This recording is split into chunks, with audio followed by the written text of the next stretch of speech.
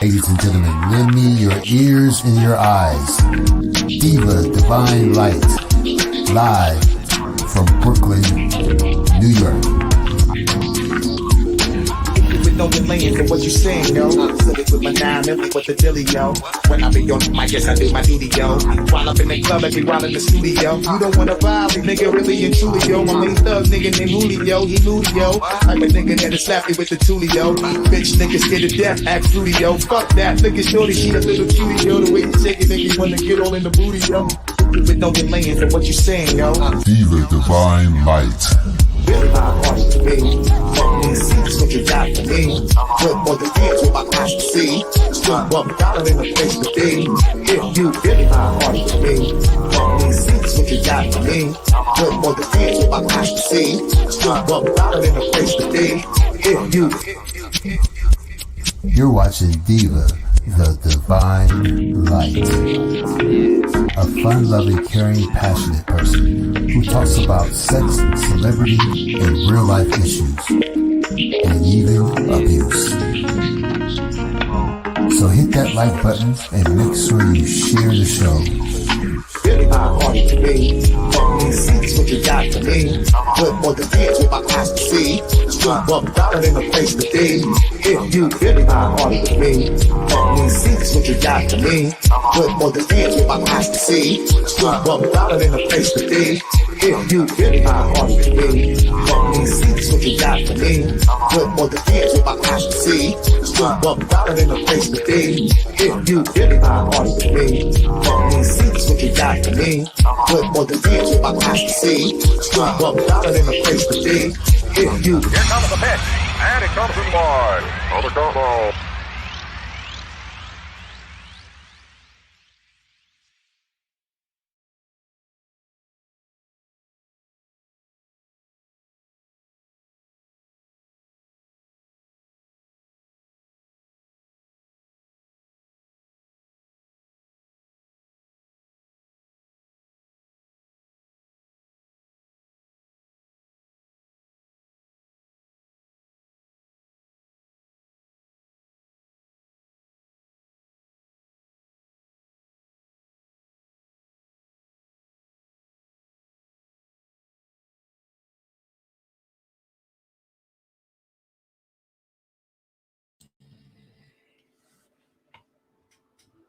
Hello, hello, hello.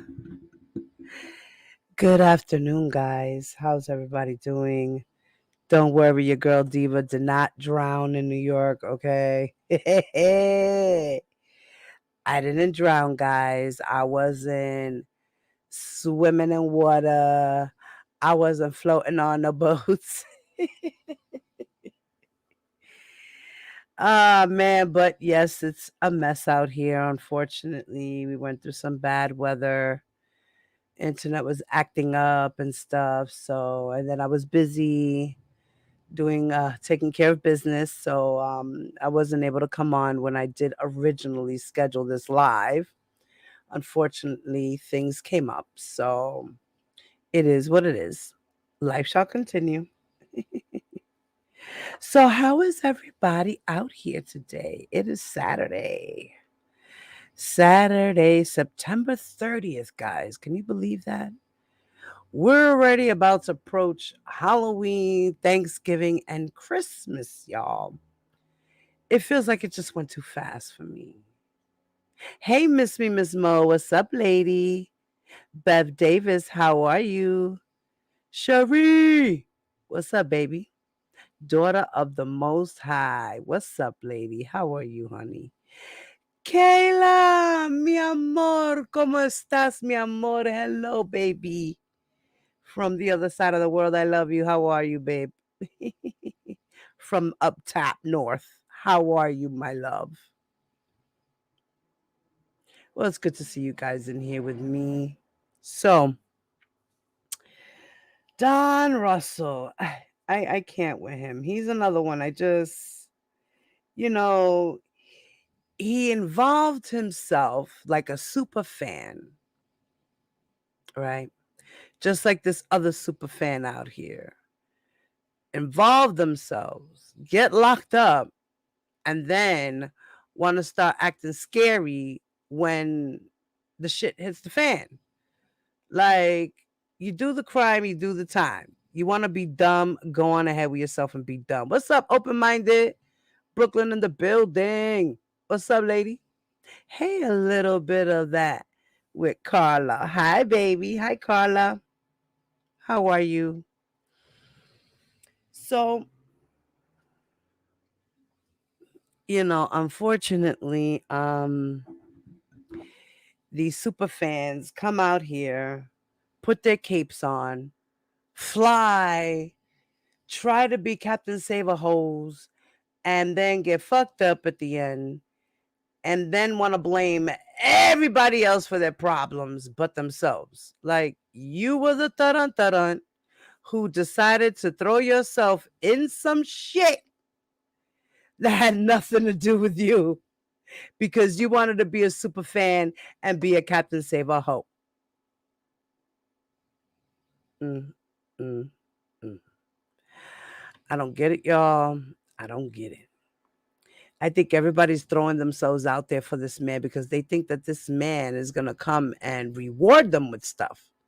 Like, honestly, it's crazy. And then people are out here,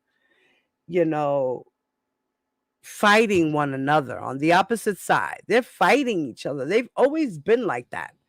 And it's dumb because they're always fighting over who's the better blogger, who knows who gives the information right, who does more than the other super fan. Like, get out of here, y'all. This the circus. TSW, what's up, mama? Congratulations for being a member for 24 months, my love. I love you and thank you for supporting me with that $1.99 every month, girl. Even though it takes me like 2 months to get paid now. But it's okay. I make that $100 threshold. I'm good. It is what it is. It's the little extra cash for me. It's always needed. I'm not rich. And thank you guys for always supporting me. I appreciate it. It's another thing. Everybody's out here fighting about why people are out here getting cash apps and this and that. You got to remember, we just got out of a pandemic. Everybody was pretty much stuck at home. Nobody was working. Either they stopped working or they were working from home or they decided to work part-time. So people looked for other means of income. And YouTube is another mean of income. And if you talk about any subject, all subjects, whatever subject, topic, information you want to bring out, that's what you do. You create content so that the people can enjoy your commentary, your thoughts, your entertainment, your personality, your style, and love you for it. And thank you for it and appreciate you for it. What is the big deal with people making monetary gain on YouTube? This is what it's for. Whether you make it monthly or you make it daily through cash apps. It's what it is. And these people are out here spilling all types of lies and conspiracy theories and how they're going to get R. Kelly out of jail and Aaliyah this, Aaliyah that, Demetrius this, Demetrius that, the accusers this, the accusers that, OCOV this, OCOV that. Like, what the fuck? Thank you, my love, True Strong Warrior. Like, what is going on? This shit is stupid. What are we doing? I mean, the circus is just non-fucking stop. Non-stop. It dies out for a little while. People are quiet, not too much going on. And then all of a sudden, everybody's attacking everybody again. And it's the craziest shit. I mean, we have been going through this for the past 4 years now. And in reality, nothing's changed. Nothing. Yeah, they were saying Demetrius Smith is the one who slept with the girls on the Big Guy channel. The Big Guy channel, yeah, he was talking crazy stuff over there. I was like, huh? What?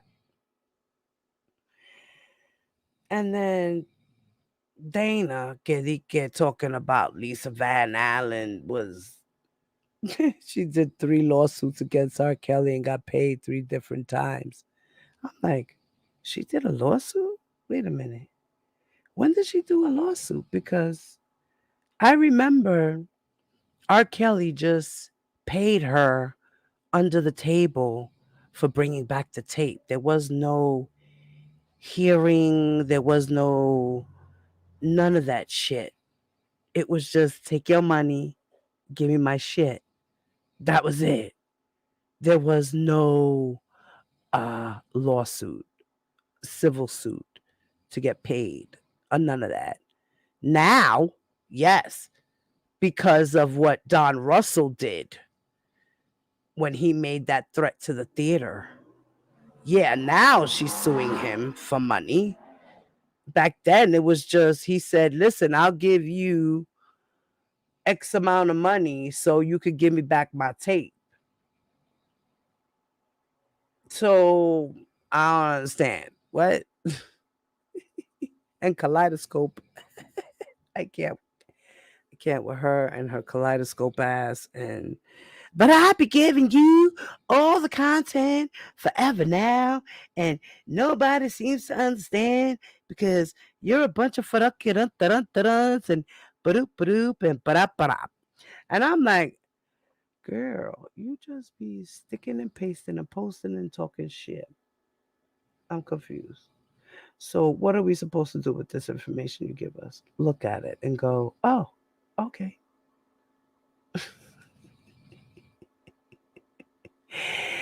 Ave Maria, yo no puedo. And then the dragon head over there, spitting shit over there. I can't with her. Sylvia's about to be, Levi, take our Kelly. What's up, babies?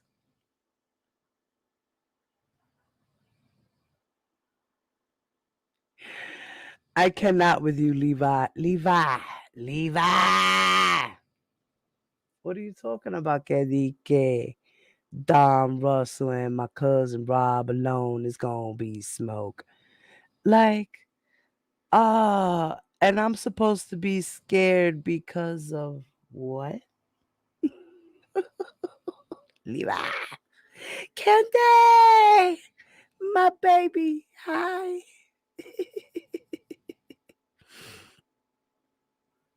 Queen. What's up, lady? That's another one that came in the building. What's up, baby?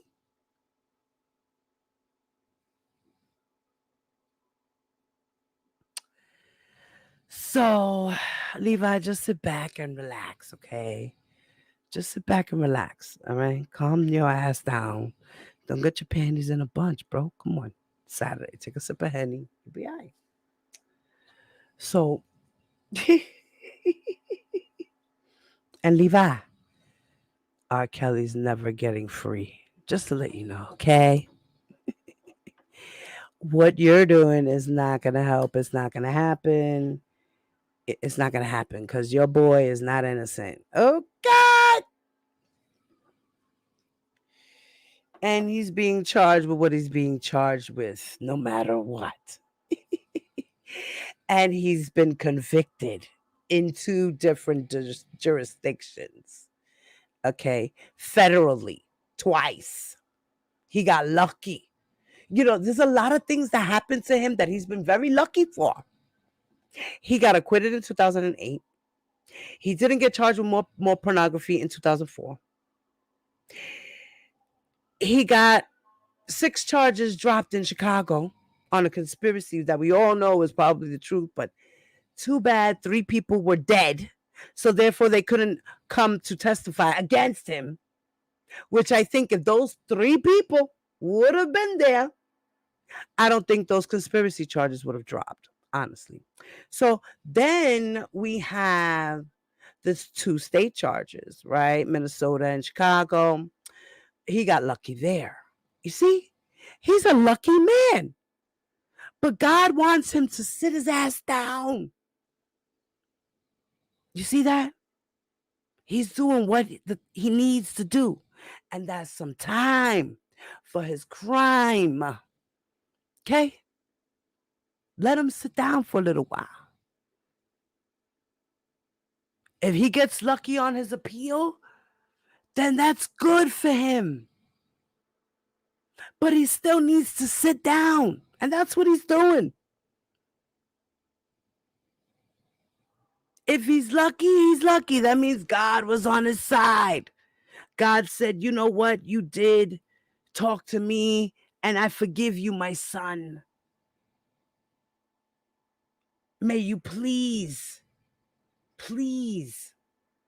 do the right thing when I give you your freedom back.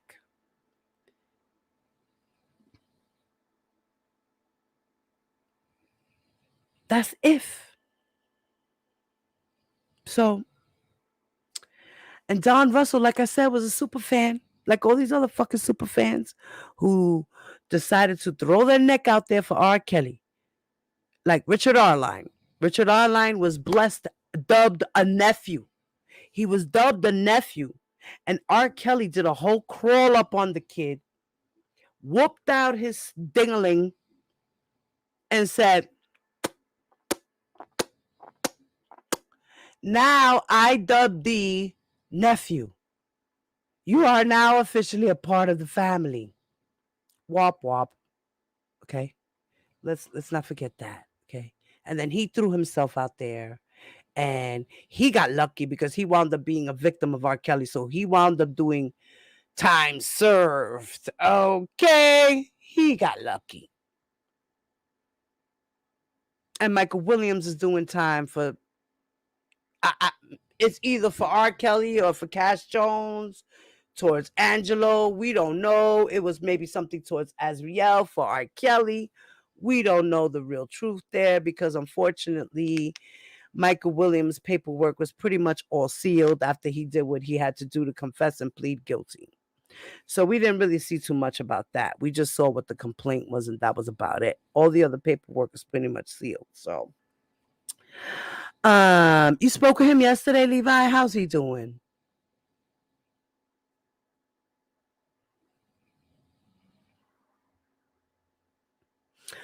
The New York case is about to be thrown out, and it's about to be thrown out because of one victim. What about the other ones? It's going to be thrown out because of one victim. What about all the other ones that were involved in that case? Huh, Levi? You seem to forget that there's 5 other victims. I'm confused.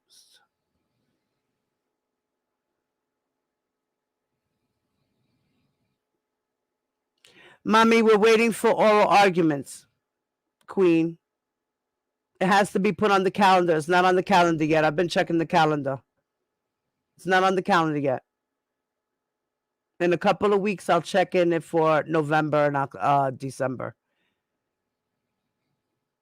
But in reality, the government said that they won't be available until like March. So if it doesn't happen between October and March, like if they don't set a date in October, the next schedule would be in March because the government is not going to be available for November, December, or January or February. They put it on the oral request. And then now Bonjean has pushed her brief for Chicago, or was it the government? I don't remember who it is. And Bonjean also changed her dates for oral arguments in New York. So it doesn't matter because it's probably not going to happen now. If anything, it'll probably happen in 2024, and it'll probably be sometime between January and March.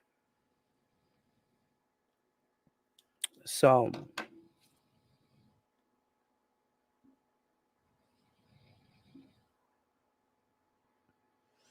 So, answer my question, Levi. How is it going to be thrown out? You forgot there's 5 other victims. You can't just throw out the case because of one victim. He could probably have some of those charges dropped, but I don't think the whole case is going away.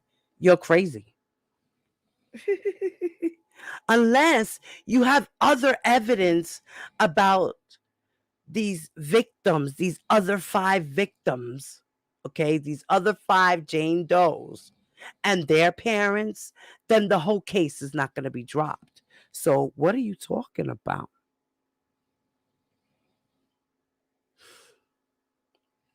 Right, mommy. I can look it up right now. Let me see. Let me double check real quick. Let me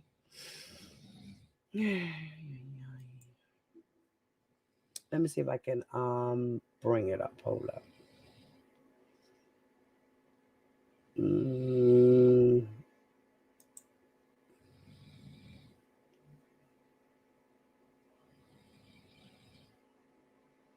Okay, no, that was that.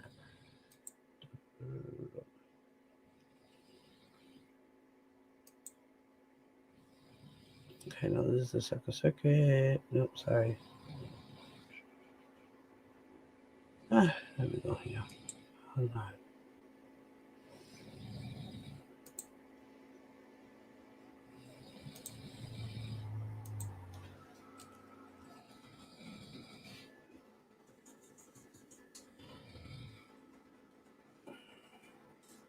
So, Levi,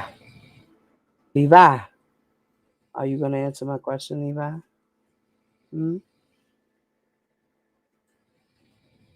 How is this case going to be thrown out? How is the whole thing going to be thrown out? I got to sign in again. What?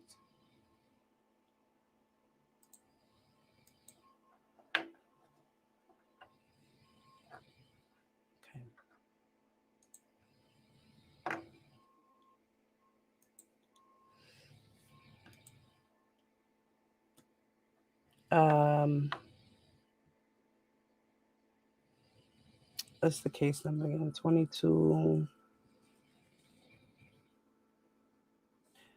No. 22. 1448, right? If I'm not mistaken.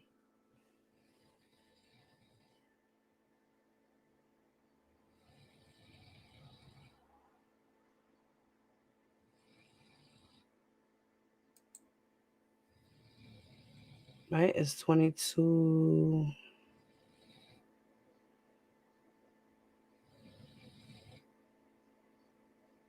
Or is it 1982? Oh, God, I don't know which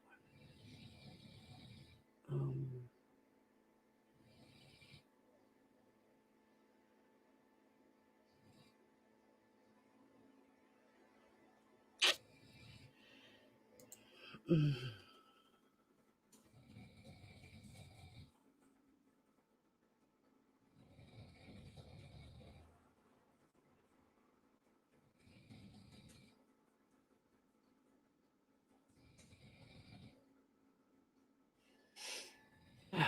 Okay, we got it.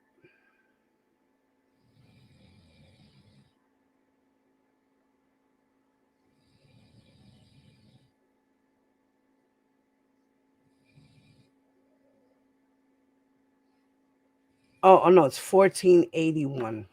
That's what it was.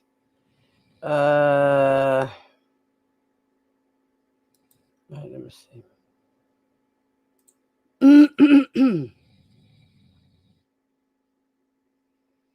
Right, this is the one for the Eastern District.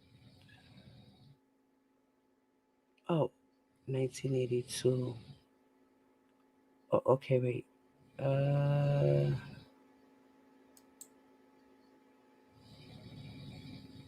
Oh, this is the other one right here. This is the new one. This is the new one. This is the new one.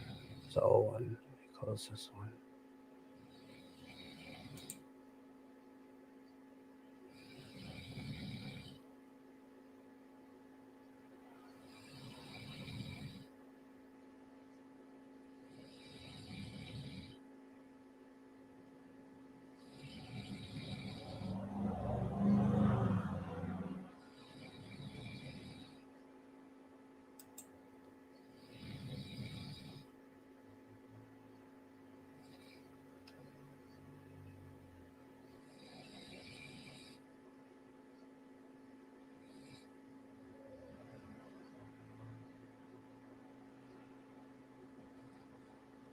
This one's... Yeah, this was the Second Circuit. All right, view on Pacer. I'm going to view on Pacer, guys. Give me a second. Sorry, I had to log in and go through all the shit first. All right. Okay, so like I said,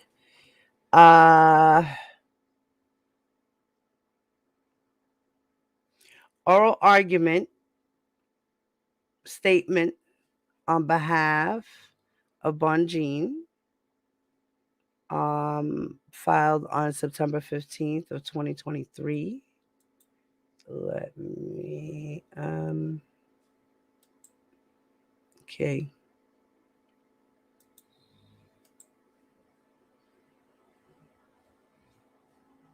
Yeah, let me get to, okay.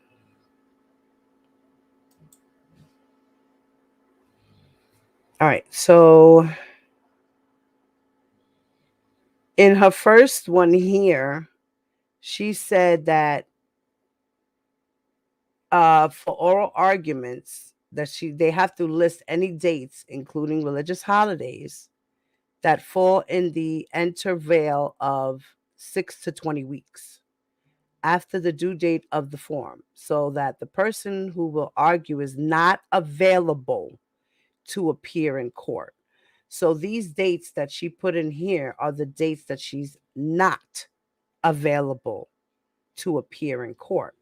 And it says October 10th, 11th, 19th, 20, and 23. Now, I went to the court calendar and they're not scheduled on any date in October at all. And then she also is not available to appear for oral arguments in November 8th and November 15th. So now in let me see, where is it? Where is the court?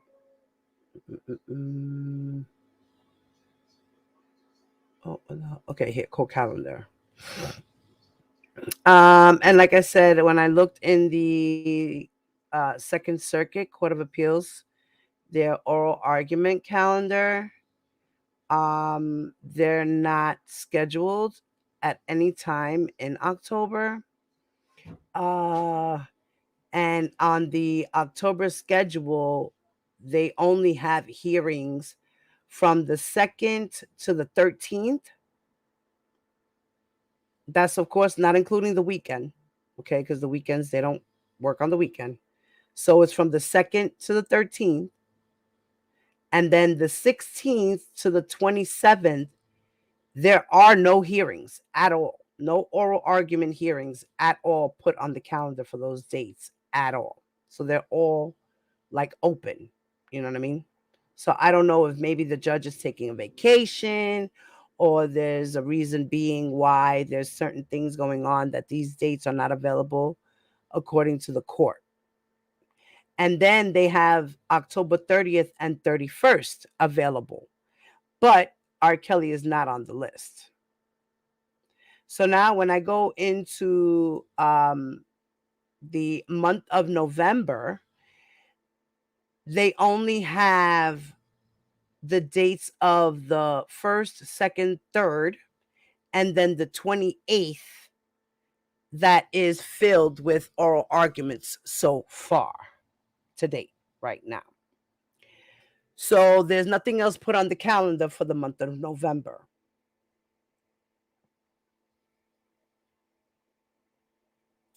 And like she said here, and November 8th and November 15th, she's not available. So and then the government, oh,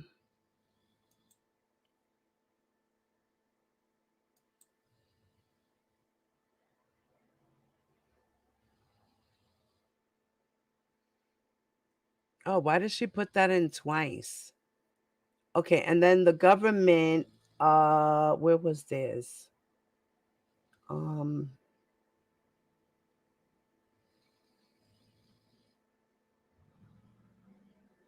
Okay, Okay, what was the government? The government,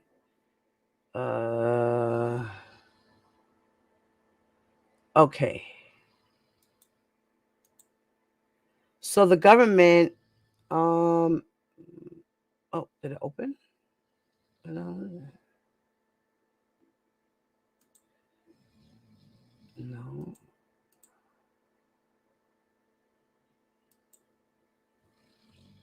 All right, let's see. What? Where the hell did that paper go? Hold on, y'all. Hold on, y'all. Take this away.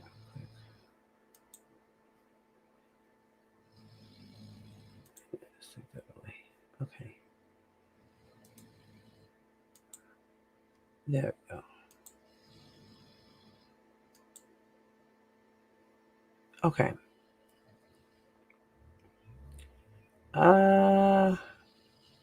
Okay, now the government stated that they are not available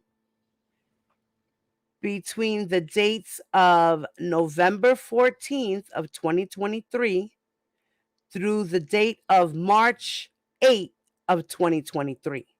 So from November to March, they are not available. And Bonjean is not available in a certain days in November and a certain days in October. That's what she changed it to, because originally she had something else. So, like I said, again, technically, there will be no oral arguments until March of 2024, because that's when the government will be available sometime in March. And then you never know if Bonjean might come back and say, well, there might be a couple of days in March that she will be available and she won't be available. So when that time comes, then we'll see what happens then. So technically, you're very welcome, Queen, and thank you, sweetheart.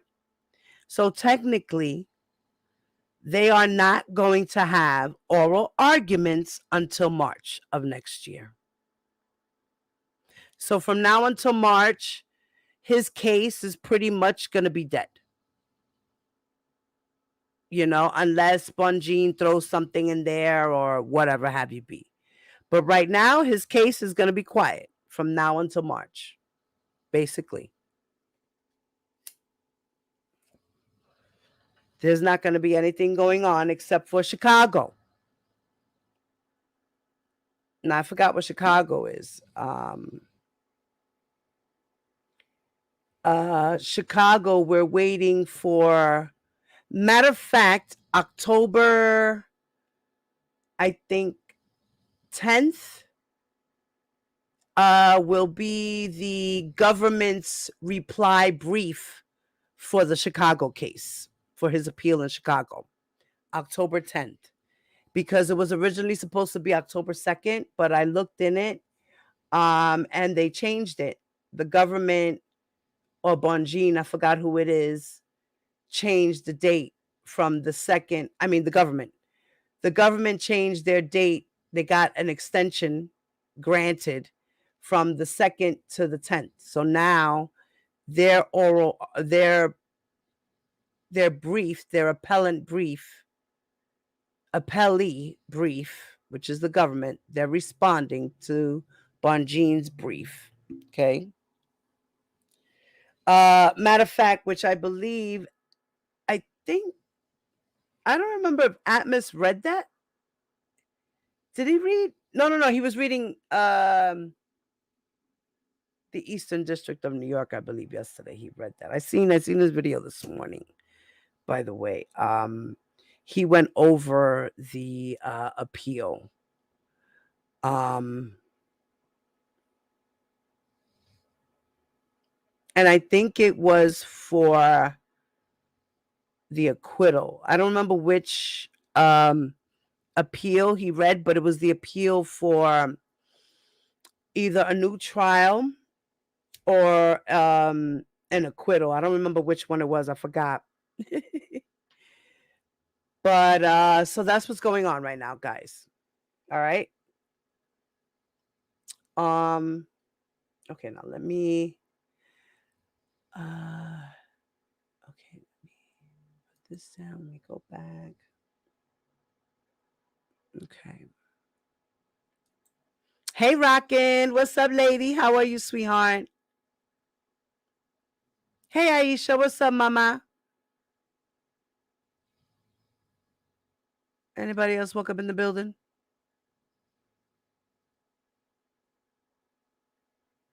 Okay, I said hi to everybody. All right. If I miss you guys, I deeply apologize. You know, I don't always see everybody that pops up on the screen. So please forgive me if I ever miss your name, okay? Don't take it personal, nothing like that. Y'all know that I be all into whatever else and I miss people in the chat, okay? So now, Donnell Russell, Lord have mercy. Okay. Now, as we know, Don Russell was convicted, okay, on one count in the Southern District of New York for interstate stalking by making the threat to the theater. Okay. So he was convicted of that. All right. And was supposed to get 5 years for that. Then he was also charged with another part of it, which was a conspiracy, which involved Cash Jones, but he was acquitted of that. Okay. Yeah, I'm safe out here, baby. I ain't drowning. Don't worry. I'm okay out here. And it's still raining. All right. It's raining light over here now. It's raining light. It's not so heavy right now. But yeah, we still have rain. It's still raining right now. See, this is why I get thrown off when I listen to the chat, when I look into the chat. But I love you guys for engaging.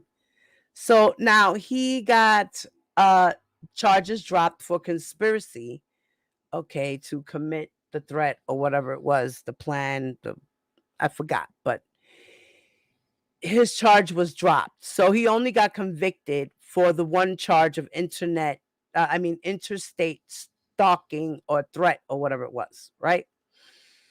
And he was supposed to do 5 years. Instead, he got convicted for 20 months. Okay. He got convicted for 20 months. He did put an appeal. His appeal was denied. Okay. Through the actual district court. And then he took it to the Second Circuit. I don't remember if it's the Second Circuit of the Southern District of New York. He took his appeal to the Second District, I believe, so that he can appeal it, the Southern District of New York conviction. Right now, he's trying to vacate his plea, okay, because he pled guilty to stalking and harassing the Rogers, okay, Faith and her mother. He pled guilty to this.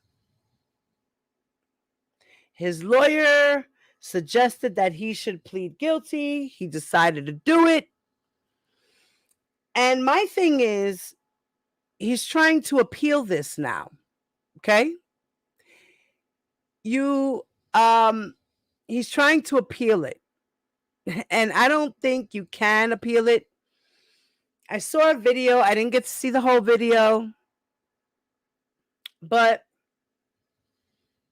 I want you guys to just listen because I really don't want to play the actual video because I don't know if I'm going to get strike. People being weird out here with commentary. So I'm going to play it and hopefully you guys can hear it. All right. I'm going to play this first before we actually get into Don Russell's motion.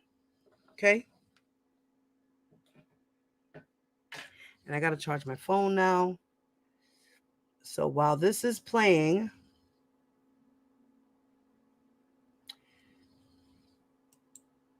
shout out to Robert Esquire. I don't want to say his last name because I know I'm going to chop it up. But I believe it's Gouvier. Robert Gouvier. He has a law firm. He is part of a law group. His name is Robert F. Gruller Esquire. He's a partner at R&R Law Group. And thank you so much, Robert, for this video. Shout out to you. I would love to play it. Please don't strike me. I want everyone, as y'all know, I'm going to put this gentleman's video in the chat. Okay, and I want you guys to follow his channel. Please like, share, and subscribe. Thank you guys. Leave a comment in this video. Let them know that you came from my section, all right, and say hi. I saw your video on Diva Divine Light's channel, and I think it's awesome. Or, let them know that what I'm doing over here is commentary work. I'm not trying to steal his work or anything like that. I'm sharing information for research purposes, okay? Education purposes. So I'm going to play his video. Once again, shout out to him. I'm going to try to play his video and hopefully he won't strike me. Thank you for lending me your video for commentary and information, sir. I did share your link with my audience. So let's...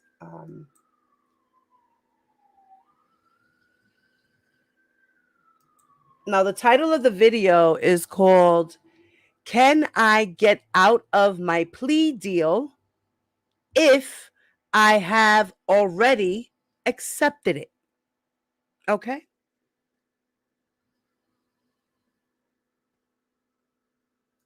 Okay.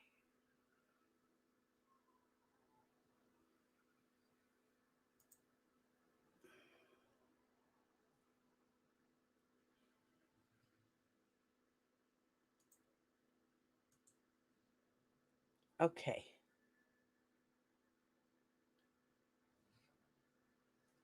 All right, here we go. Now, can I get out of a plea deal if I already accepted it? Now, Don Russell right now is trying to get out of his plea deal that he already had accepted. And he's saying that his lawyer coerced him.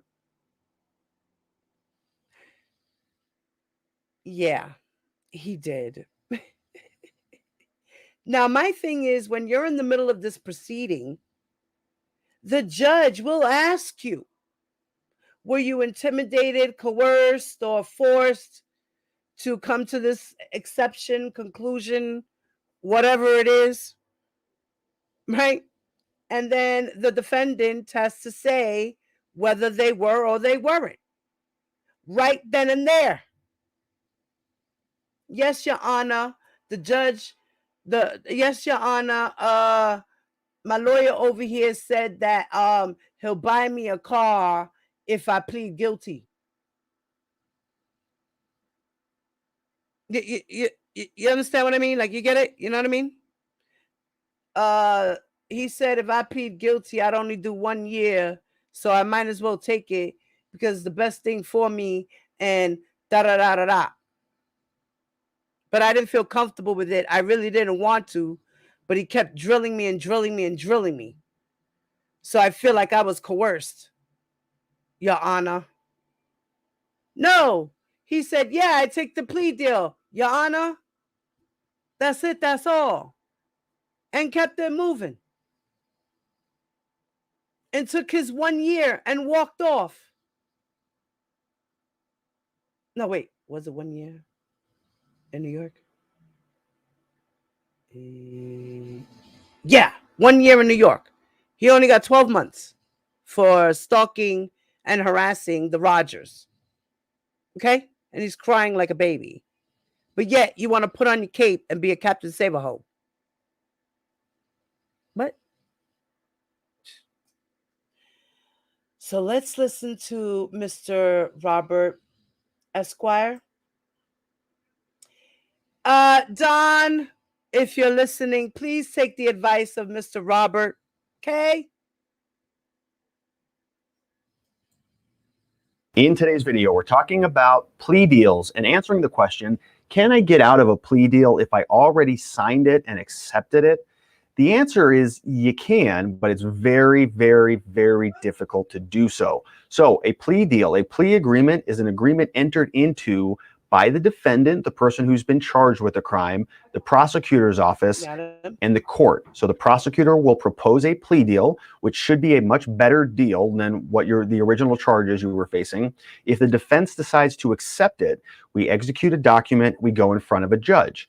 By entering a plea, what that means is the judge is making sure that the defendant, the person who was originally charged with the crime, knows what they're doing, waives a ton of their rights, and enters the plea. So the judge will go through a very long process where the judge is saying, is this your signature? Yes. Did you sign this? Yes. Did anybody force you to sign it? No. Anybody promise you anything that's not contained in this document? No. Do you speak English? Do you read and write English? Yes. Yes. How far did you go in school? Yes. Are you under the influence of any drugs or any alcohol? No. Anything weird happened. Basically, they go through this whole laundry list of things, making sure you understand there's going to be consequences, that you're giving up your right to trial, you're giving up your right to present evidence. You can't back out of the plea. Once it's accepted, it's going in. So it's all typically recorded. It's a very, very long, very thorough process.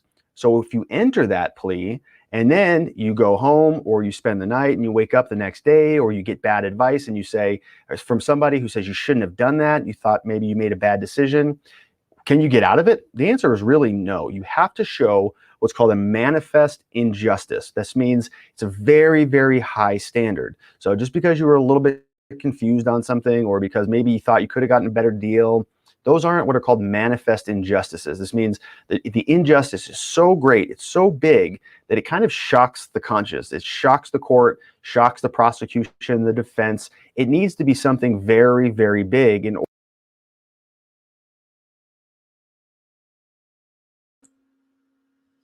You heard that, Don Russell? No.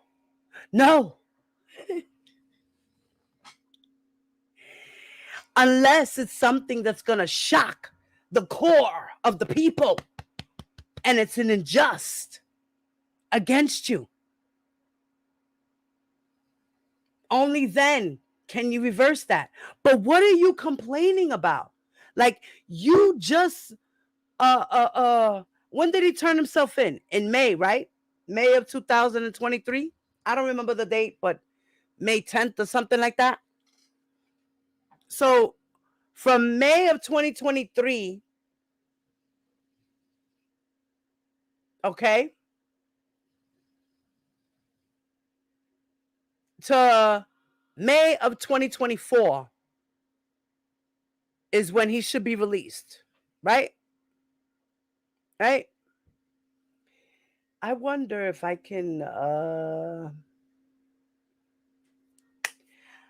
I don't know where I put it. I have his thing that says where he's locked up in prison. I don't remember if it has his release date.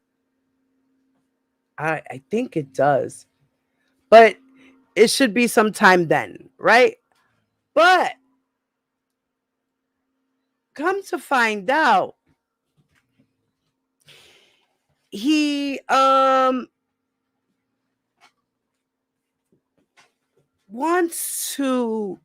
he took a deferred agreement for the Southern District of New York. If I'm not mistaken, that's what it was. So we're going to go through his deferred prosecution agreement for the Southern District of New York. And he also has, like I said, put in a motion to vacate or set aside or correct his sentence. Okay? He wants to correct his sentence. Okay? So that's what his order is: to vacate, to set aside, or correct his sentence. Okay? And like I said, he was only see, this is what I'm saying. Why is he saying? I'm confused because here he's saying 20 months, but somewhere else on the other paper is saying, that's what I'm saying. I don't know what he did here. I don't know. He's confusing me. I think he's confused. I don't know. I don't know what he's doing. I think he's confused because he only got 12 months in New York, and he got 20 months in the southern part of New York. He got 12 months for the eastern and 20 months for the southern. So technically, he's supposed to be doing almost a total of 3 years. Right? Because 20 months is what? A year and like 8 months. And then 12 months is a year. So what do you got? 2 years and 8 months? Like I said, almost 3 years you have to do. But that's what you get for fucking jumping out there for Captain Save-A-Ho. You was being a Captain Save-A-Ho. Why? Because you wanted to get some money out of it. That's why. But in the end, you got snagged, nigga. Now you trying to blame everybody else? No, blame yourself. That's the bullshit I be talking about. These motherfuckers don't take accountability for what they do. They want to point the finger at everybody else. Hello, you were the idiot who decided to do the dumb shit. Duh. Now you got consequences to pay. Why are you crying? The fuck you thought? You were Teflon Don? No. I cannot. So let me finish Mr. Roberts' video. Let's go back to his video. And thank you for your advice once again, Mr. Robert Esquire. Yes, sweetheart. Let me go back. I'm going to go back a little bit, okay?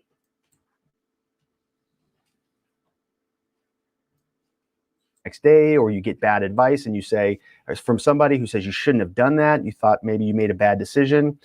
Can you get out of it? The answer is really no. You have to show what's called a manifest injustice. This means it's a very, very high standard. So just because you were a little bit confused on something, or because maybe you thought you could have gotten a better deal, those aren't what are called manifest injustices. This means that the injustice is so great, it's so big, that it kind of shocks the conscience. It shocks the court, shocks the prosecution, the defense. It needs to be something very, very big in order for a judge to say, all right, we're going to let you back out of that plea, or we're going to reject the plea, or we're going to void it and allow you to go back into the pretrial process.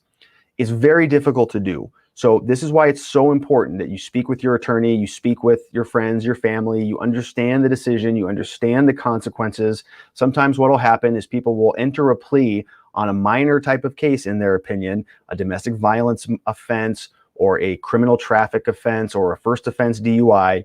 They'll see that there are some pretty severe consequences that are called collateral consequences. So let's say, for example, somebody's nursing license or real estate license gets suspended. and they didn't think about that. Nobody told them this was going to happen when they were entering their plea. Can they get out of it? No. Just because they didn't know about it, or they weren't aware, or they didn't do their due diligence, and now they're having to deal with these collateral consequences, the court is going to say, it's too bad. Should have done your homework. It's not a manifest injustice. We're not going to allow you to get out of that plea. It can feel like a very harsh rule, which is why it's so important that you speak with a reputable legal team so they can explain these types of consequences to you. You know what you're doing, rather than just signing paperwork where you may or may not know what the consequences are. A lot of judges, they're only dealing what's in front of them here and now. They're not going to explain what's going to happen in your home state when you go back home, or what the impact is going to be if you try to travel into Canada and you can't get in the country. These are the types of collateral consequences that are often not thought about. So a manifest injustice, which is a very, very high bar, it's very difficult to show, that is going to be required in order for you to get out of the plea deal. If you think it's negotiable, once it's been entered, it's very difficult to come out of it. You have to proceed forward to sentencing. So keep that in mind. If you're considering a plea deal, it's going to be very unlikely that once it's entered, you're going to be able to get out of it. That's why it's so important to speak with our team. We offer free case evaluations. If you're considering a plea deal or considering whether you should get out of a plea deal, call our office. We may be able to help.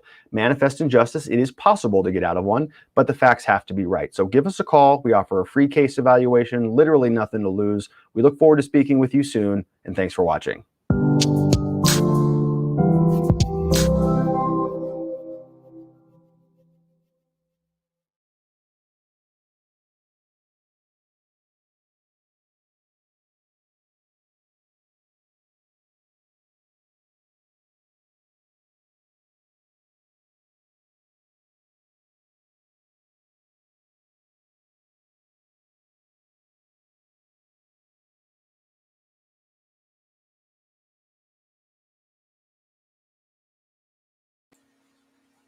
Okay. Hey, Carl. What's up, baby? What's up, Tasha?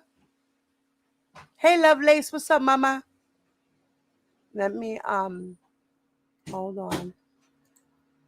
Give me 1 second, guys. We're going to have to take a quick break, okay?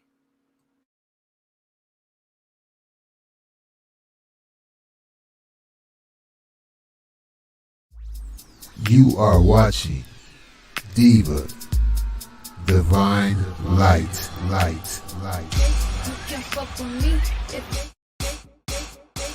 these is red bottoms, these is bloody shoes. Hit the scoop, I can get them both. I don't want to choose, and I'm quick. Cut a little nigga off, so don't get comfortable. Look, I don't dance now, I make money move. Now I gotta dance, I make money move. If I see you now, that means I don't fuck with you. I'm a boss, you a worker, bitch. I make bloody move. I think they gon' do what a hoop. Let's find out and see. Cardi B, you know where I'm at, you know where I be. Just a party, I'm there, I can play. I be in and out the bank so much, I know they tired of me. Honest.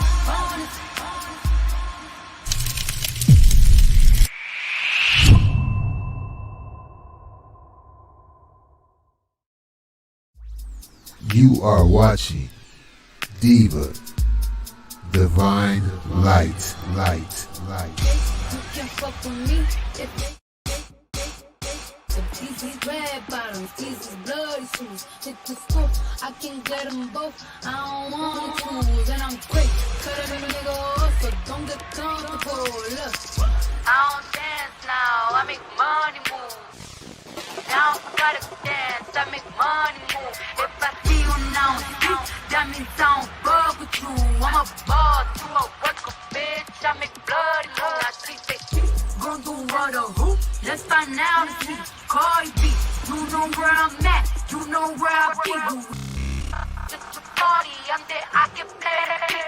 I be in and out the bank so much, I know they tired of me. Honest.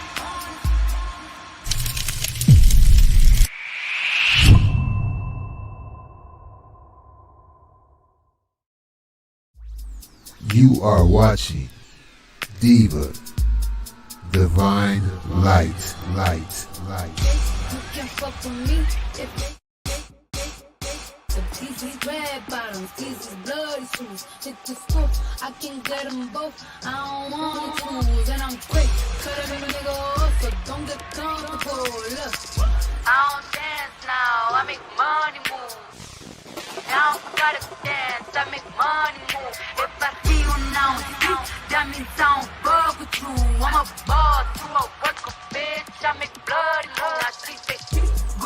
what or who? Let's find out and see. Cardi B, you know where I'm at, you know where I be. Just a party, I'm there, I can pay. I be in and out the gang so much, I know they tired of me. Honest, honest.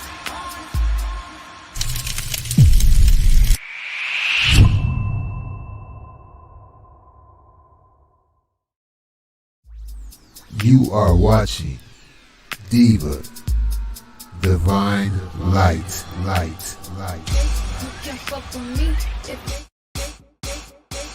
these red bottoms, these bloody shoes. Hit the scoop, I can get them both. I don't want to choose, and I'm quick. Cut it in a nigga off, so don't get comfortable. Look, I don't dance now, I make money move. Now I gotta dance, I make money move. If I see you now, that means I don't fuck with you. I'm a boss, you a worker, bitch. I make bloody move. Now she say, gon' do what or who? Let's find out and see. Cardi B, you know where I'm at, you know where I be. Just a party, I'm there, I can pay. I be in and out the gang so much, I know they tired of me. Honest, honest. Okay, I'm back, guys. I'm back. Sorry about that. Whew. I had to run downstairs to my mom real quick. I had to run to my son real quick. Whew. So, all right, I'm back, guys. Sorry about the interruption. But you see what the lawyer was saying? You see what the Esquire was saying? Like, it has to be something really, really dramatic. I forgot the term he used, but it has to be something like a shock and awe thing in order for them to be like I said, like he was coerced or something like that, right? But like he said in the proceeding, they ask you, the judge asks you all these things to make sure everything's covered before they go forward with anything. You had no problem. You took it like a man. You took your L, you put it on your forehead, and you said, okay, I'm going to take this L because I'm a dummy, right? And now you want to take it all back and then blame your lawyer. Oh, my God. I cannot with this guy. So, now, let's,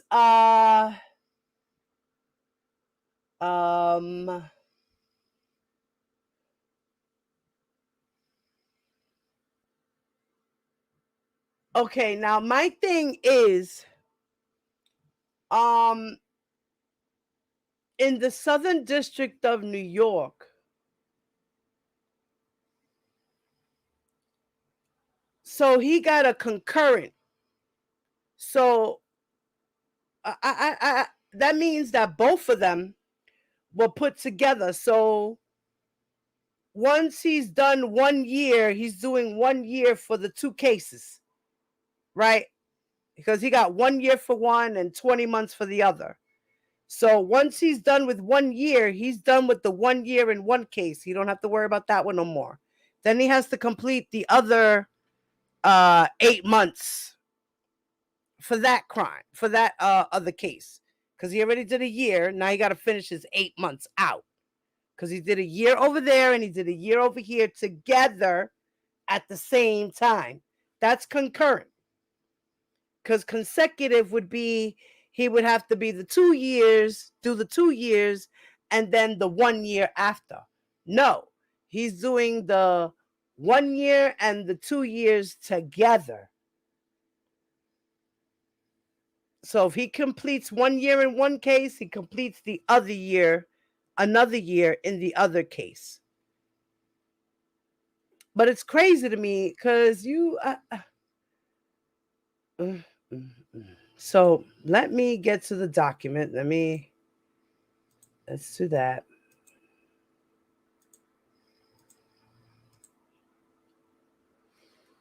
So here's the document to where he's trying to vacate, set aside, or correct his sentence, okay?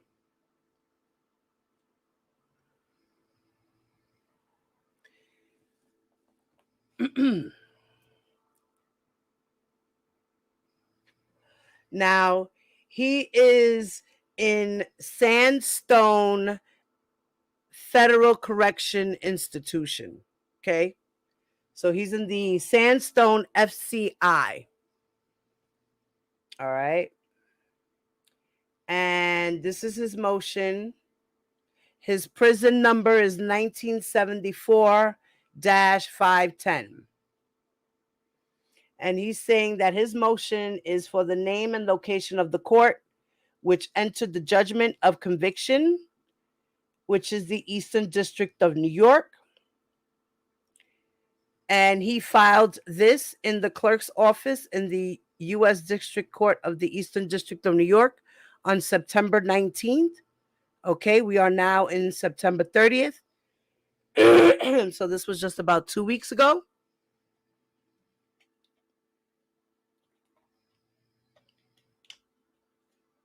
So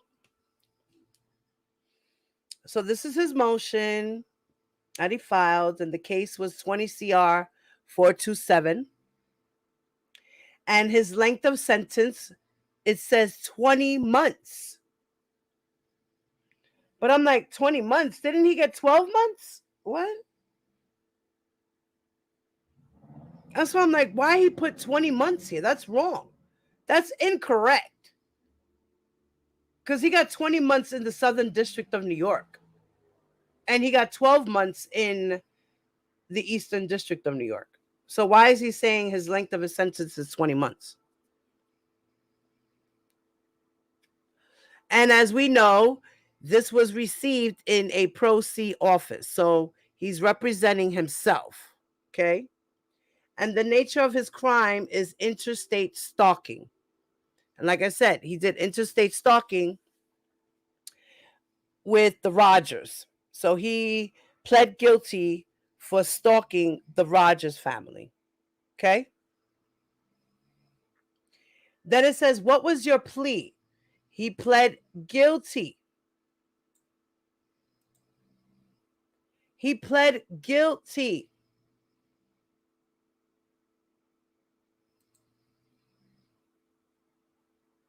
Then it asks, did you testify at a pretrial hearing, a trial, or post-trial hearing?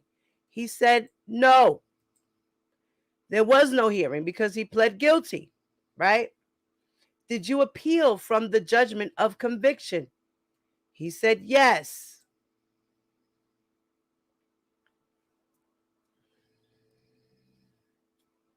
If you did appeal, answer the following: the name of the court, Second Circuit. And the result was the appeal was dismissed. It's not letting me highlight it for some reason. Okay. Oh. Then it says, did you file a petition for certiorari certiorari?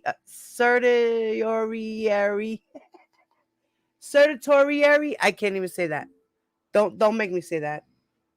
In the United States Supreme Court, he said no. And then I got to figure out what that is too. He said, other than the direct appeals listed above, have you previously filed any motions, petitions, or applications concerning the judgment of conviction in any court? He said no.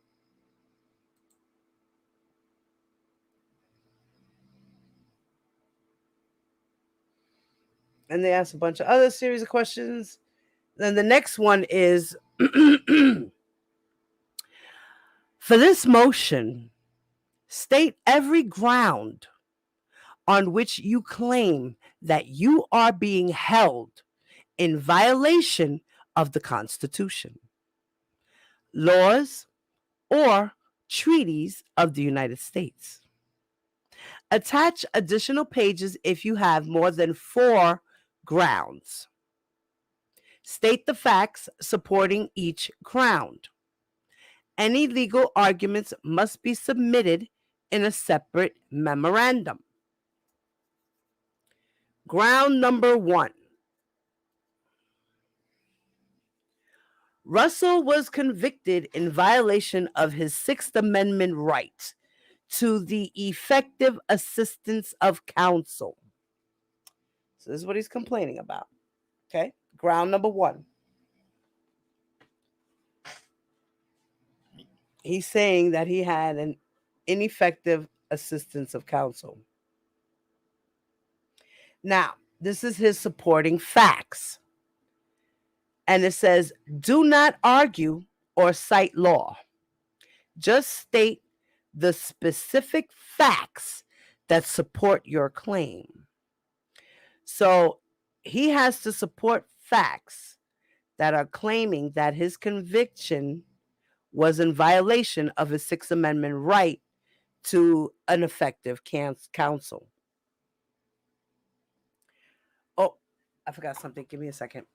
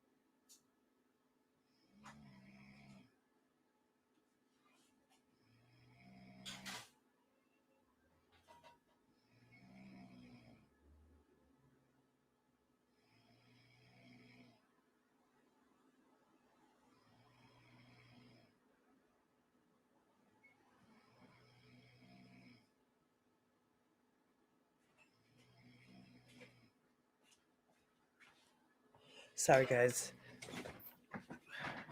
I'm back. Okay. So now he's going to specify the facts to support his claim, right? Now he states, Russell's attorney, Michael Friedman, advised Russell to plead guilty based on the fact that Russell would have to pay him the balance of what was owed before trial, and because if Russell didn't plead guilty, counsel for the government would not be able to attend their Hawaiian vacation and would seek a maximum sentence out of spite. So Don Russell is trying to say that his lawyer had told him that if he didn't plead guilty, that the government won't be able to go on their Hawaiian vacation and that the government would seek a maximum sentence out of spite. This is what he's claiming. Then he says, as Russell's later review of the client file would reveal, Friedman's advice was blind advice. Friedman had not investigated Russell's factual or legal defenses. Had Friedman conducted an investigation, he would have learned that the government's claim should have failed on the grounds of innocence, venue, improper venue, and First and Fifth Amendment violations. Had Russell been informed of legitimate defenses to the government's claim, he would have asserted those defenses instead of taking a plea. For more, please see the attached. So he attached other paperwork, right?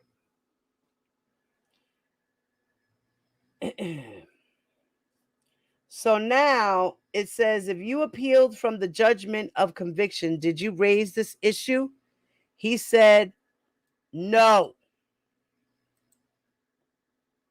He did not raise the issue. Post-conviction proceedings. Did you raise the issue in any post-conviction motion, petition, or application? He said no.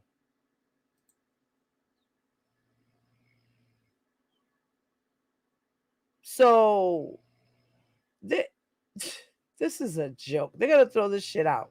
They're going to say, you're an idiot. Shut up. Sit down. And if he is making this statement, he has to show some type of proof, or he might have to try to have a hearing if they want to investigate this, right? I guess. Do you have any motion, petition, or appeal now pending? He said no. So once they denied his appeal, he didn't even go back to even try to do anything. Right? Give the name and address, if known, of each attorney who represented you in the following stages of judgment. Who represented you in the following stages of the judgment you are challenging. And he stated at the preliminary hearing was Michael Friedman all the way down. The arraignment, the trial, the sentencing, and appeal and no, can't. I know he ain't saying that. So I guess he's just saying up until the trial. After the arraignment and appeal. Because there was no trial, no sentencing. Well, there was a sentencing, but appeal, he dismissed him at the appeal. So I don't know. Then it says, were you sentenced on more than one court of an indictment or on more than one indictment in the same court and at the same time? He said no.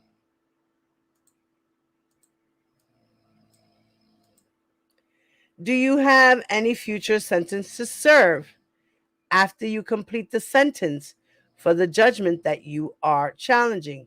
He said no. Because remember, his is running concurrent, not consecutive.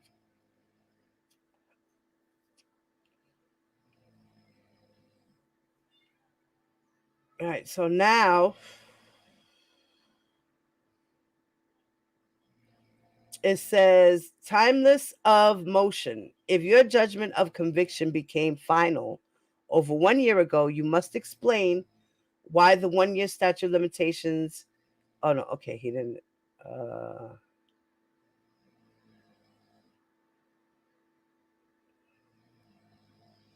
Okay. So here he says, therefore, movement asks the court grant the following relief: vacate his conviction, dismiss the case, or any other relief to which movement may be entitled.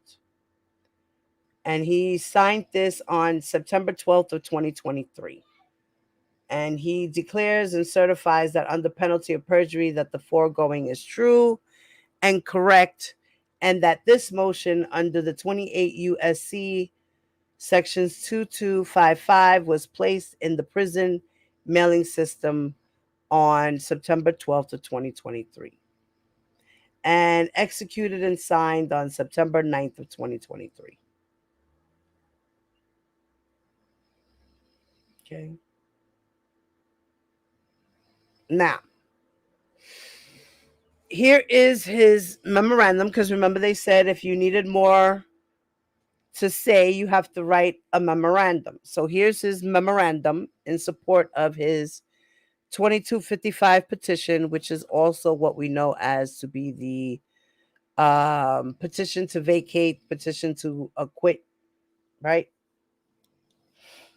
Now, he says that the court should vacate Petitioner Donnell Russell's conviction and dismiss this matter because Russell was convicted in violation of his Sixth Amendment right to the effective assistance of counsel. And he says the background. Russell was sentenced to a 20-month term of imprisonment after pleading guilty to interstate stalking in violation of 18 U.S.C. 2261A 2B, 2251B 5, 2, and 3551. The relevant background is as follows. Don Russell is an artist turned businessman. Russell grew up on Chicago's Westside. He started his career as a street performer. He was discovered and went on to tour the world in the Riverdance production and other off-Broadway productions. He successfully transitioned from an artist to a businessman. In 2014, Russell established Indie Build Corporation to offer a music community-based internet platform.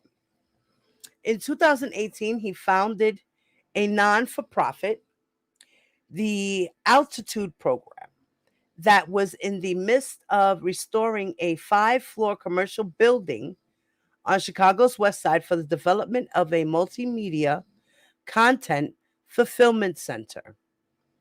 The Content Fulfillment Center would have brought world-class recording and video production capabilities to Chicago's West Side and provide an alternative to the street life for the people of that area. This case caused that project to be shut down.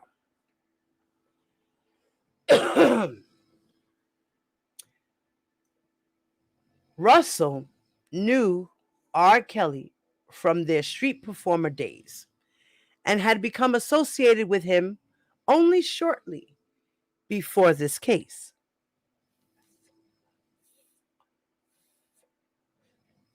Russell's involvement with R. Kelly began in June of 2018 and lasted until May of 2019.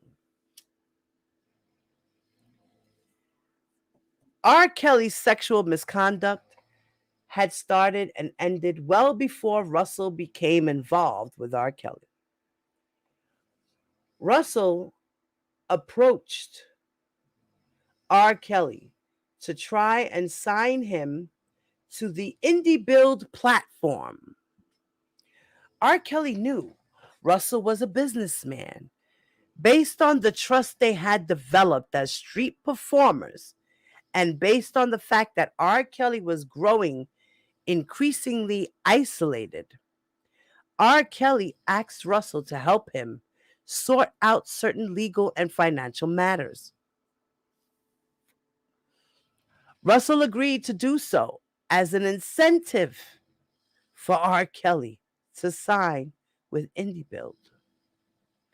R. Kelly handed Russell a stack of documents. Russell brought the stack back to his apartment and sorted the stack into 2 piles. The first pile was for music business matters. Russell planned to deal with that pile. The second pile was for sexual misconduct lawsuits against Kelly. Russell set that pile to Kelly's attorney, Brian Nix. One of the lawsuits in the sexual misconduct lawsuit pile was Faith Rogers' lawsuit against R. Kelly. Example, the lawsuit at the heart of this case. The Faith Rogers lawsuit. R. Kelly was engaged in sexual misconduct with underage women, and his illegal activity started to catch up with him. R. Kelly started being the subject of legitimate civil lawsuits based on this sexual misconduct.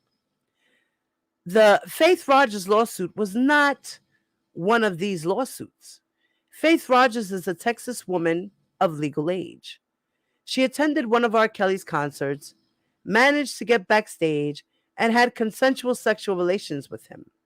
She continued to engage in consensual sexual relations with R. Kelly. Faith Rogers' mother, Kelly Rogers, pressured Faith Rogers to pursue a frivolous tag-along civil claim against R. Kelly. The lawsuit falsely alleged that R. Kelly had forced Faith Rogers into non-consensual relations and that she was damaged as a result. Faith Rogers filed a lawsuit in Brooklyn, New York, through now disbarred, criminally convicted attorney Lydia Hills. In a process that Russell had no participation in, R. Kelly's attorney Brian Nix and members of R. Kelly's public relations team developed a PowerPoint presentation to Faith Rogers' attorney, Lydia Hills, in Brooklyn, New York. The PowerPoint presentation included cropped photos that Faith Rogers sent to R. Kelly via text message. One of those photos was a cropped photo of a fully clothed Faith Rogers, showing off the results of a breast enhancement surgery that R. Kelly had paid for. That's a lie, because R. Kelly didn't pay for her boobs. Mama Rogers did.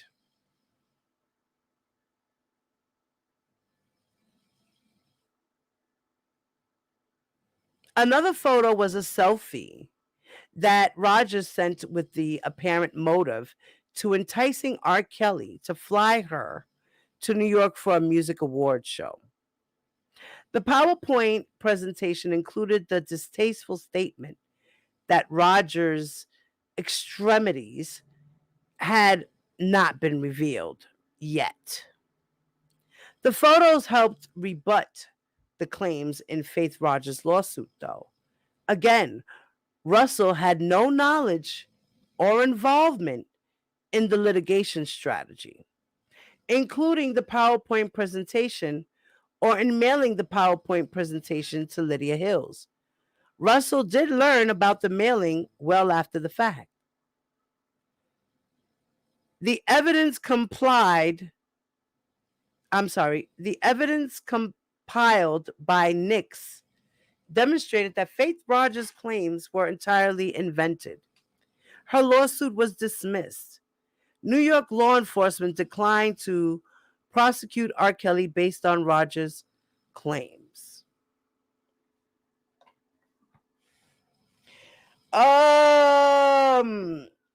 You're talking about, what are you talking about?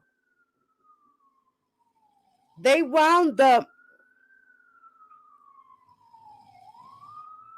dismissing her civil case and brought her case to a federal case. What are you talking about? Why ain't you saying that? And why are you denying the fact that you and your mother were the ones who put together that PowerPoint? Because you decided to blast your ass on Surviving Lies on Facebook. And the government has that in evidence to prove you was doing what you was doing. What the fuck are you talking about, Don?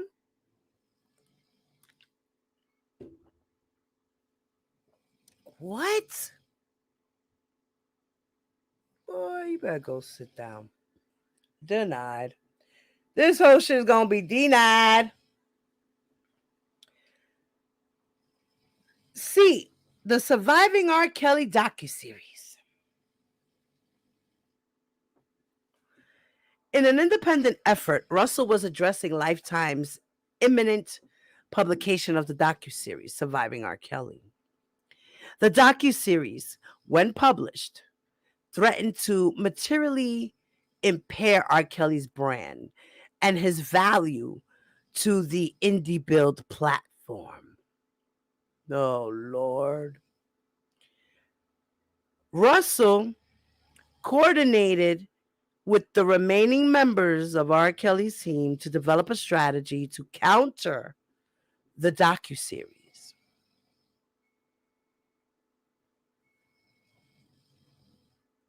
You hear what he just said there? You was telling on yourself. Russell coordinated with the remaining members of R. Kelly's team, the people that stuck around because everybody else jumped ship, right? To develop a strategy to counter the docuseries. And what was your strategy, Don? Give me 1 second, guys. I'm beeping. Hold up.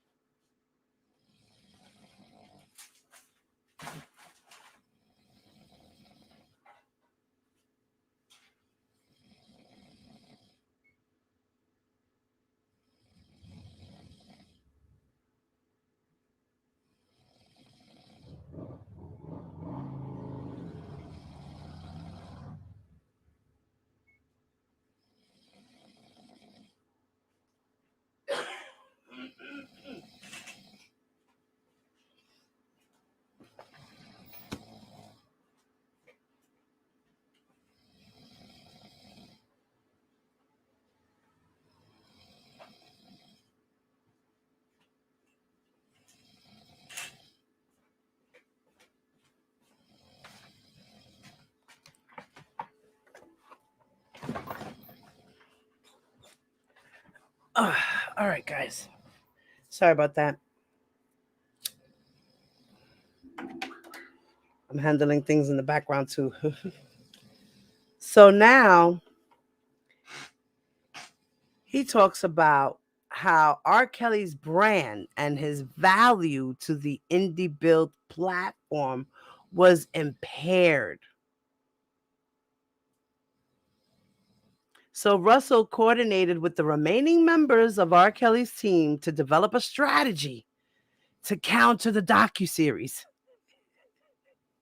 And your strategy was no good and wounded your ass up in jail. Okay? Good strategy. Who was the brain mastermind behind that, Don? Huh? Who came up with this dumb plan? I wonder. Was it you? Yeah, it was you, of course. We know it was you, buddy. What you talking about? Then he says they decided to counter it by making Lifetime aware of falsehoods in the proposed docuseries, enforcing a cease and desist letter drafted by attorney Brian Nix against the premiere, and launching a counter public relations campaign. Russell gathered the tools needed to execute the strategy. One of the tools he gathered was the PowerPoint presentation that the remaining members of R. Kelly's team had prepared. Russell sent, or attempted to send, as he inadvertently failed to attach the PowerPoint to Lifetime executives to put them on actual notice of their liability for defamation in the event they published Faith Rogers' false claims. Russell attempted to enforce Nix's cease and desist letter against Lifetime and the Newhouse Theater in New York City, where the premiere of the docuseries was occurring. Russell posted the contents of the PowerPoint to a Facebook page he created, which was entitled Surviving Lies. In his post, Russell omitted the distasteful comment about revealing Faith Rogers' extremities. Finally, Russell participated in podcasts in which he debunked several of the claims in the Lifetime docuseries. Yeah, involving yourself, putting on your cape and becoming a Captain Save-A-Ho. Okay, Don, we got you. We understand. We understand the assignment. What was your assignment? What was your assignment? Huh? What was your assignment? He continues to say, the information in the PowerPoint was consistent with information that Russell had independently received. Russell had reviewed comments by Faith Rogers' cousin, who stated that Faith Rogers' mom, Kelly Rogers, had a history of setting up celebrity entertainers with accusations of sexual misconduct. I cannot. Mama Rogers! Mama Rogers! Why is Don trying to paint you like a fucking pimp? I cannot. Oh my God. You better sue his ass.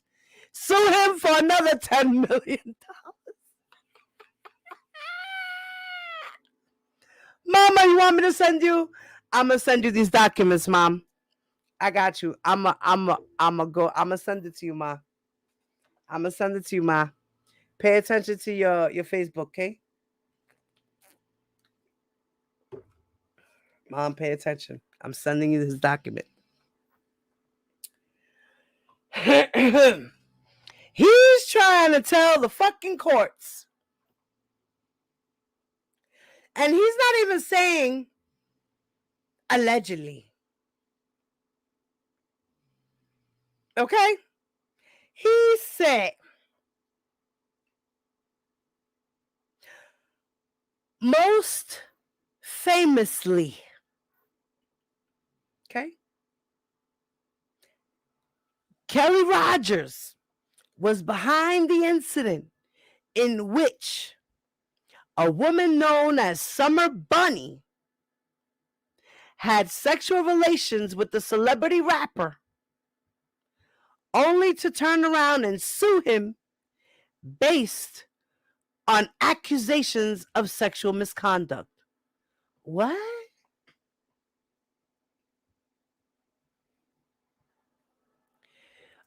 Faith Rogers' cousin said that, this is what he's saying, that Faith Rogers' cousin said that Mama Rogers, Miss Kelly Rogers, had a history of setting up celebrity entertainers with accusations of sexual misconduct. Then he says, most famously, that Mama Rogers was behind the incident in which a woman that we know as Summer Bunny had sexual relations with the celebrity rapper, only to turn around and sue him based on accusations of sexual misconduct. When did Summer Bunny sue somebody? What? What is he talking about? Mama Rogers! Oh my God.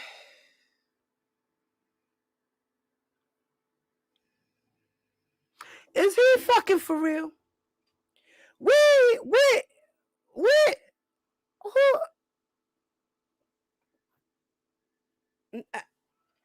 Boy.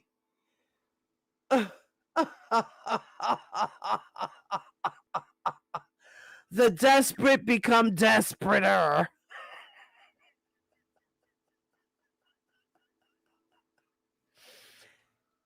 This motherfucker is willing to accept help from a cockroach too. Okay?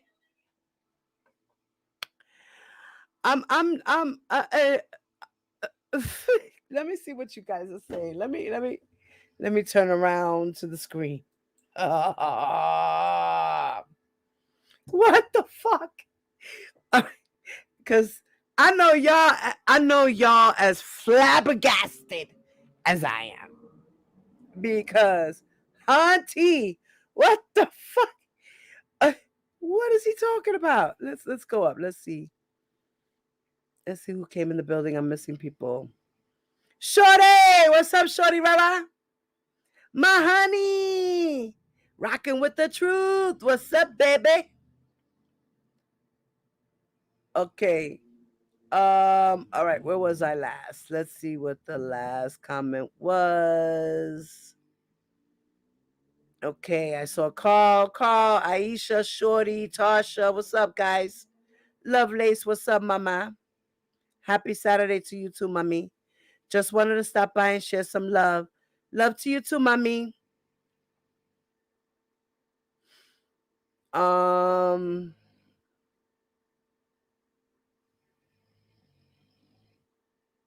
Yay! Salute to all the fine, sexy, beautiful, and intelligent ladies in this chat. Yes, Carl. That's how you win some flowers, brother. That's right. And thank you, handsome man. Intelligent, handsome man hanging out with OCOV in the building. We love you too, bro.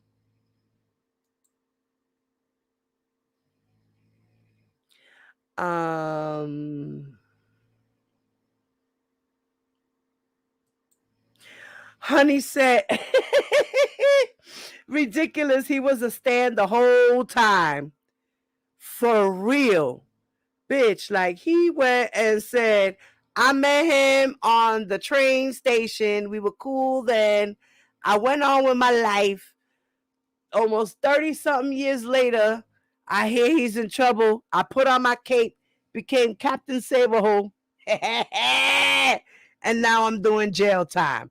A true stand at its best. Amos,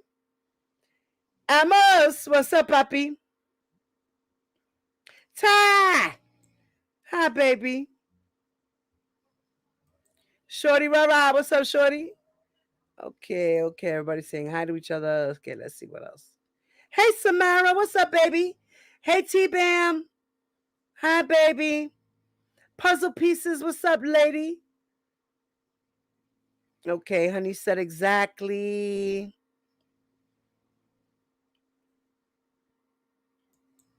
Sorry, I had a call, but I'm back. I rewind later. She said, wait, what?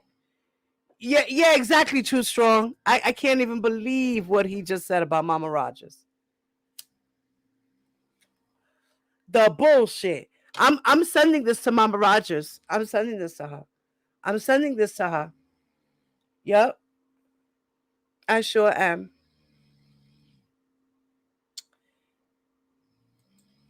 Let's see what else. Okay, they said laugh out loud. I cannot laugh out loud. Can't trust anyone. Right. I mean, shit. These people are crazy. Yes, Samara, how you doing, baby? How you doing, Aisha? Some girls I haven't seen here in a while. How you ladies doing? So can you believe the shenanigans of Don Russell? I cannot. What the fuck is wrong with this dude? Desperate. This is desperation 101, y'all. Between him and R. Kelly talking to roaches, I don't know. This is desperation 101. Really, seriously. It's the funniest shit I've ever seen in my life. All right, so if you guys don't have, let me come back to reading.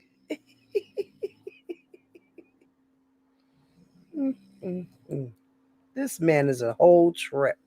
Let me highlight that shit. Can I highlight it, or is this a fucking copy? Because this guy likes to do copies of things. What was it?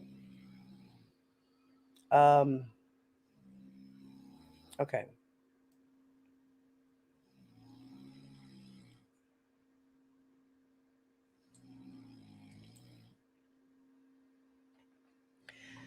So then he continues to say, Russell was aware of text messages that Faith Rogers sent R. Kelly, saying she regretted bringing the lawsuit and wished she hadn't brought it. Russell was aware of interviews in which Kelly Rogers was reported to have told Faith Rogers that she needed to go see R. Kelly again to get more evidence. Russell was aware that Faith Rogers, in an effort to change her image of her lawsuit, had taken down a webpage in which she was selling explicit photos of herself. All of this information suggested that Faith Rogers' lawsuit against R. Kelly was a sham. I cannot.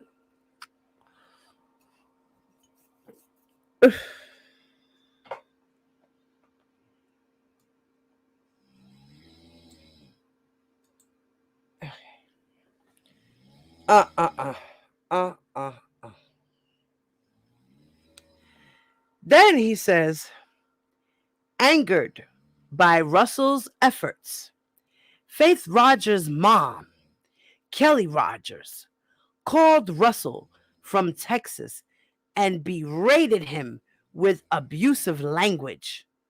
Russell told her that as a first lady of the church, she shouldn't be talking like that, and otherwise told her off.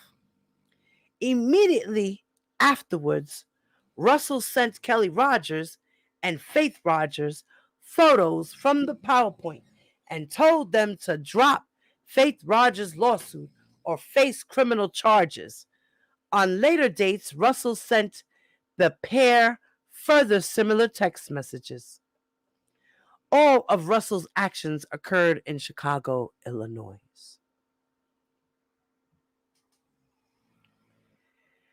Based on these actions, the U.S. Attorney of the Eastern District of Brooklyn indicted Russell for interstate stalking in violation of 18 U.S.C. 2261A, 2B, 2251B5, 2, and 3551 on the advice of counsel. Russell pled guilty and was sentenced to a 20-month term of imprisonment. I don't know why he keeps saying 20 months when it was 12 months. He's getting his fucking cases confused.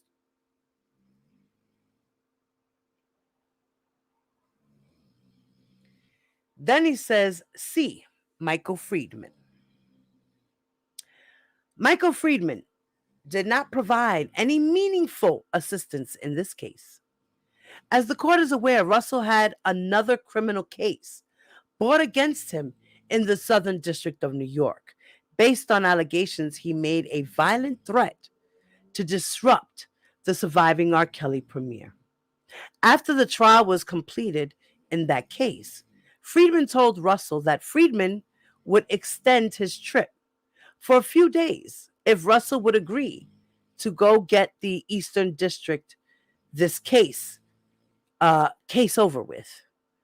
Friedman told Russell that he may as well plead guilty in this case because Russell would have to pay the balance of what he owed Friedman prior to trial. Friedman further told, right, because remember, he was convicted in the Southern District of New York first, where he got 20 months there, right? And then he pled guilty to the Eastern District of New York case, which was the intimidation against the Rogers, right?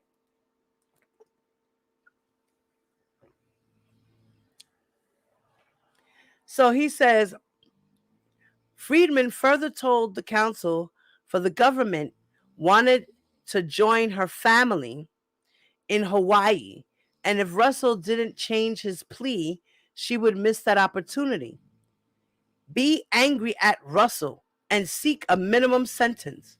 Based on this advice, Russell changed his mind and decided to plead guilty. What?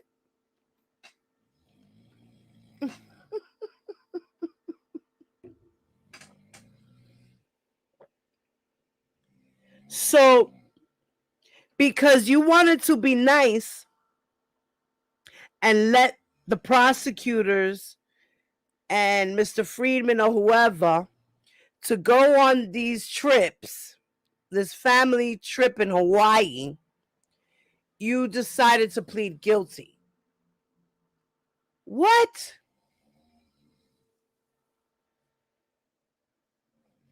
Did I read that right? I cannot. What the fuck? Huh? What? Listen, Linda, listen.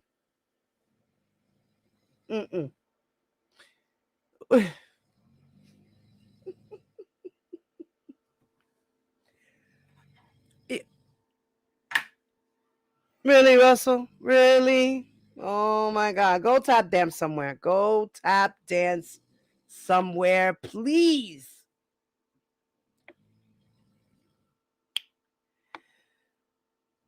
Then he says, after his conviction, Russell obtained a copy of his client file from his attorney, Michael Friedman. The client file revealed that Friedman conducted no investigation in this case. Friedman had conducted no research of the facts of the case or Russell's defenses to the government's claim. Friedman's advice that Russell plead guilty was blind advice. Friedman never advised Russell about other options for responding to the government's claims. It appears that Friedman advised Russell to plead guilty because he just wanted to get the case over with versus because he had conducted the research necessary to meaningful advice Russell of his options. In particular, Friedman never advised Russell that there were substantial legal defenses to the government's claims. These legal defenses included improper venue, an attack on whether the conduct alleged by the government came within the scope of the charging statutes as applied first, and Fifth Amendment attacks on the charging statutes. There was also the defense that Russell was factually innocent of the charges. His actions towards Faith Rogers were no more distressing than the accusations that Faith Rogers made against R. Kelly. Oh, God, I can't even believe he said that. Kill me now.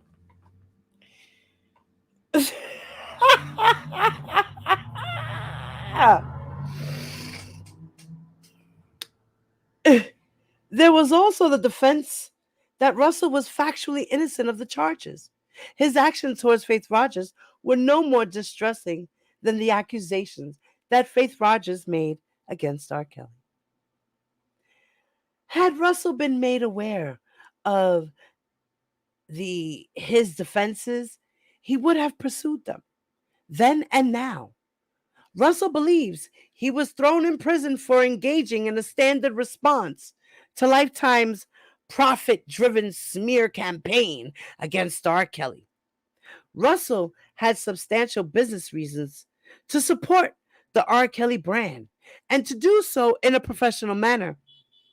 At the time of Russell's involvement, he was not aware of R. Kelly's extreme sexual misconduct. Though, had he been aware of it, Russell would have cut ties with R. Kelly and discontinued R. Kelly's partnership with Indie Build. What the fuck? Okay, you're a whole lying sack of piece of shit. Get the fuck out of here, because if you weren't aware, you would never have divided two piles of files, one for R. Kelly's businesses and one for all his lawsuits and claims. And you found out in all those paperworks, in that second pile you made, that there was sexual allegations against Mr. Kelly, and you didn't stop trying to work for him. But yet here you say that at the time of Russell's involvement, that you were not aware of R. Kelly's extreme sexual misconduct, and that if you would have been aware, you would have cut ties with R. Kelly, and that you would have discontinued your partnership with him. Really? Wow. That's odd. Wow. But you got convicted in the Southern District of New York for trying to help R. Kelly by being a Captain Save-A-Ho, right? But before all that happened, you separated two piles of paperwork. One for his business, one for his sexual allegations that you did not know about because you weren't aware, but you just separated paperwork. And then you decided to do all this bullshit with your mother helping you out, right? Okay. All right.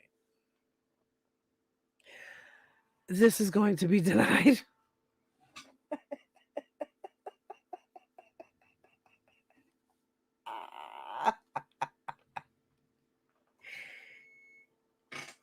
Then he says, by pleading guilty to false charges versus at least putting up a fight, Russell was ending a promising development project in Chicago's Westside. He was also irreparably harming his Indie Build platform. His reputation was forever tarnished. If Russell had asserted legitimate defenses, fought and lost, at least he could show his supporters that he put up the good fight. You heard that, Pat? At least he could have shown you that he put up the good fight. Did you hear that, Texas Black Diamond? Power to the people just for y'all, okay? Because if he would have fought and lost, whatever. But at least he could have shown you guys that support him that he put up a good fight. And he didn't just tuck away like a sucker and plead guilty. I can't. Russell had a lot to lose by pleading guilty and had every reason to pursue legitimate legal defenses to the government's claim. Give me a second, guys.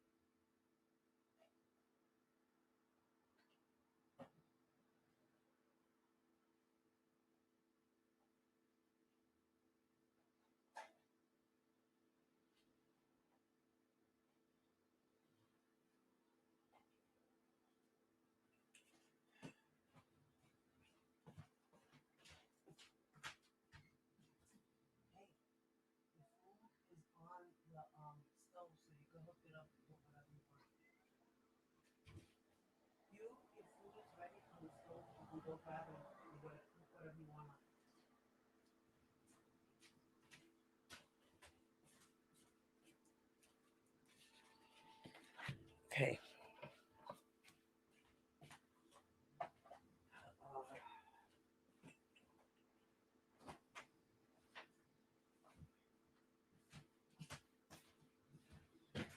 You already finished your live? No, almost. Where is it? I'll be done in like an hour. Yep. Where's the fries? No fries. I didn't put no fries. Straight nuggets. Is there barbecue sauce? Yeah.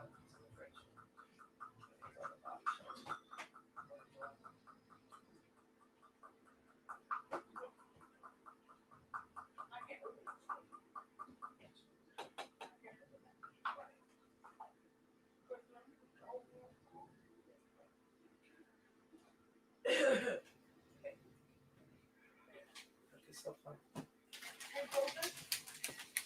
Huh? Okay. All right, sorry about that, guys. I'm back. I'm busy in the background too, so I had to hook up everybody in the house. All right. Now he goes into his argument. So the court and the government should agree that Michael Friedman rendered ineffective assistance of counsel in violation of Russell's Sixth Amendment rights. The Sixth Amendment to the U.S. Constitution guarantees the right to effective assistance of counsel.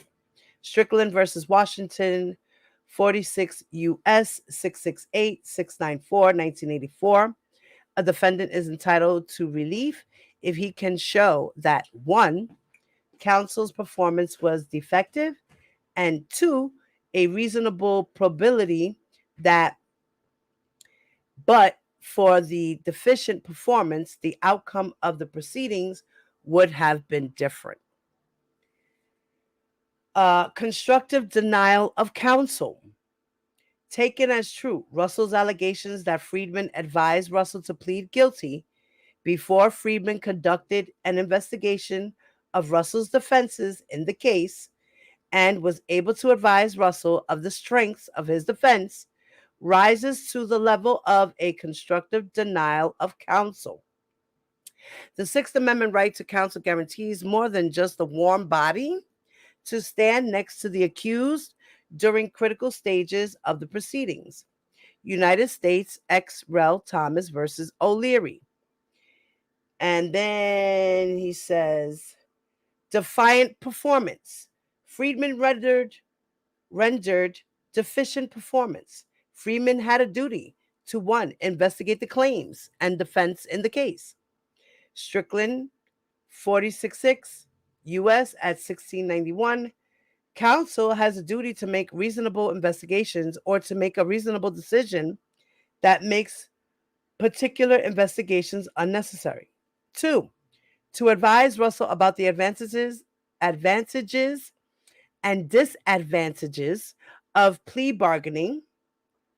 And then he cites Padilla versus Kentucky law, where it says that failing to advise about the advantages and disadvantages of a guilty plea is deficient performance.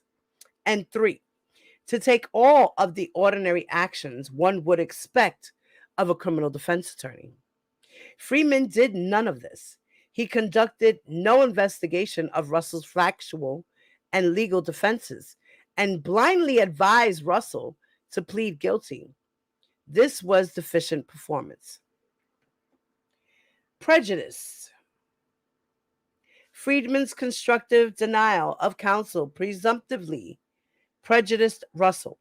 United States versus Chronic, where presumption of prejudice applies when counsel entirely fails in his duties as an attorney. Russell can also show actual prejudice.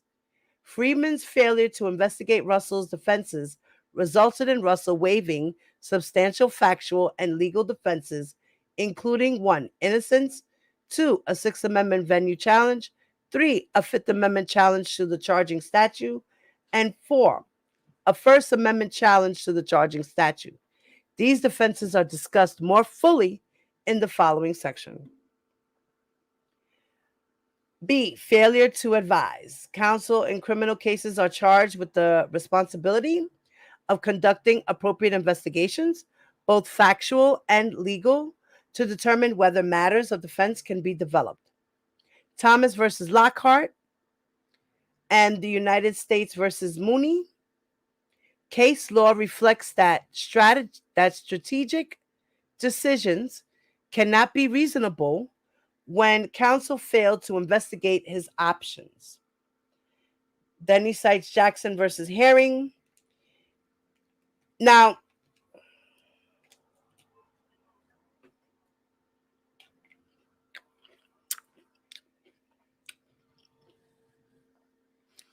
guys, in the beginning of this, did the judge not say that he has to put in his complaint, his claims, without case laws.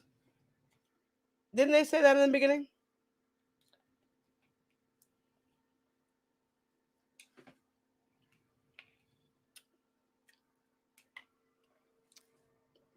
Let me see. What is that? Where were we at? 16. Okay.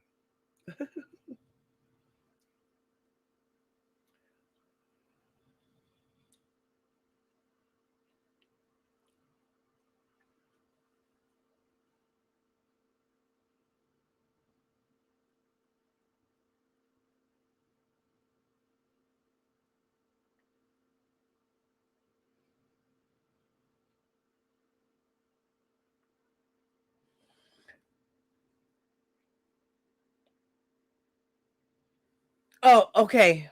Okay. She said that for this motion, he has to state every ground on which you claim that you are being held in violation of the Constitution, the laws, or treaties of the United States. Okay, it says attach additional pages if you have more than 4 grounds. Then it says state the facts supporting each ground. All right, then it says any legal arguments must be submitted in a separate memorandum. Then it says here,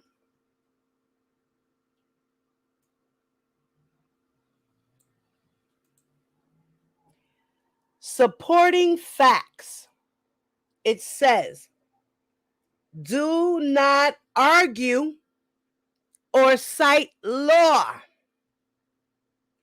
Just state the specific facts that support your claim.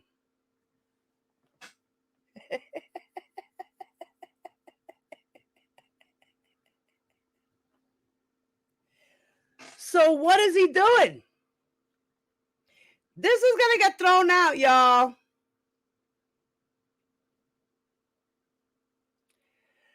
The Court of Appeals is going to look at this. They're going to throw this shit out. Okay?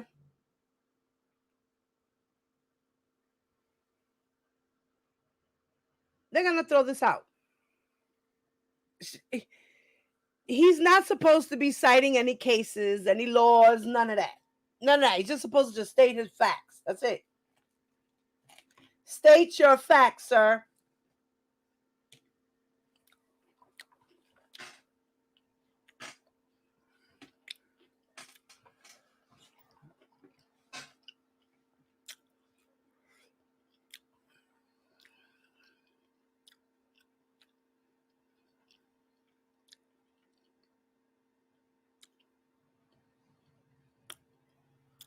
All right. So we read that. The next was failure to advise, right? He says counsel in criminal cases are charged with the responsibility of conducting appropriate investigations. Okay, I read that already. Okay. Case law reflects that strategic decisions cannot be reasonable when counsel failed to investigate his options. Then it says that deficient performance. To Russell's knowledge, Friedman conducted no investigation in this case whatsoever. Russell requested his client file from Friedman, and the client file contained no evidence of an investigation of Russell's factual or legal defenses, a prima facie showing that Friedman's investigation was deficient. Friedman's complete and total failure to research the facts and law of this case was deficient performance. And then he cites another case law, where it's another case law, and then it talks about deficient performance for failing to investigate and advise client that he would be sentenced as a career offender. And then he cites another case law where defense counsel's failure to investigate rendered any strategy unreasonable. So then here he says, if Friedman had conducted an investigation, then Friedman would have uncovered and advised Russell about 4 substantial defenses that were waived by Russell's plea. Absent Friedman's deficient performance, Russell would have asserted these defenses because he had nothing or very little to lose by asserting the defenses.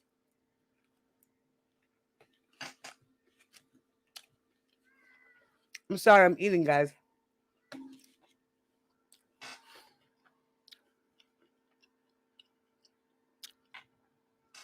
These defenses were A, of innocence, B, the Sixth Amendment venue challenge, C, the Fifth Amendment challenge to charge statute, and D, a First Amendment challenge to the charging statute.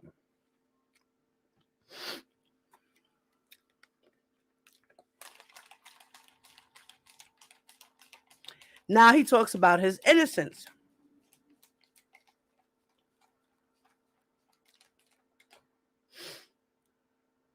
Saying that 18 the U.S.C. 2261A prohibits in relevant part use of the instrumentalities of interstate commerce with the intent to harass or intimidate, causing substantial emotional distress. This language does not cover the acts Russell was accused of committing. The government's theory of the case boils down an attempted end run around the Second Circuit's decision in Kim versus Kim. In Kim, the Second Circuit held that allegations of litigation misconduct could not form the basis of the federal crime of mail fraud or extortion. The Second Circuit reasoned that applying statutes not traditionally applied to litigation conduct to criminalize litigation practices could impermissibly undermine the civil justice system. Okay.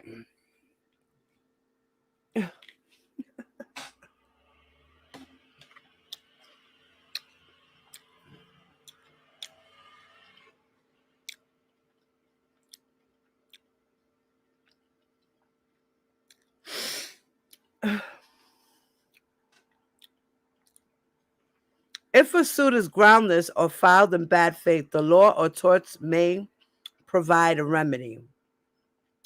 Resort to a federal criminal statute is unnecessary. The reasoning in Kim applies with equal force to the federal interstate stalking statute.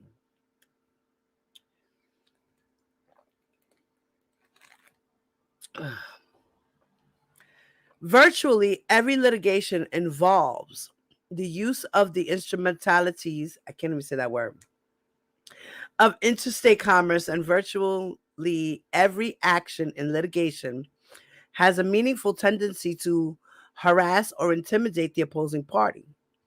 To allow the federal interstate stalking statute to cover allegations of litigation misconduct would be to give rise to the same parade of horrible that led the circuit courts identified above to construe the federal mail fraud and extortion statutes to exclude allegations involving litigation conduct.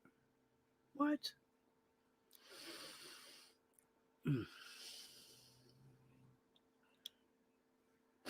Now he's saying that the allegations in this case are centered in Faith Rogers' lawsuit against R. Kelly and R. Kelly's response to that lawsuit,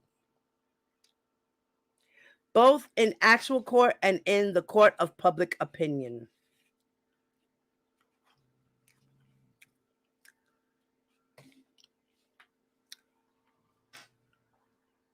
Rogers filed a public lawsuit and engaged in a parallel publicity campaign that falsely accused R. Kelly of having sexual assaulted her, having given her a sexually transmitted disease, and a variety of other horribles. The actions Russell took and the actions Russell is accused of taking are all within the space of a response to a lawsuit and a corresponding publicity campaign. Indeed, Faith Rogers could have sought relief from the judge presiding over her lawsuit if she felt that the other side was behaving inappropriately. What?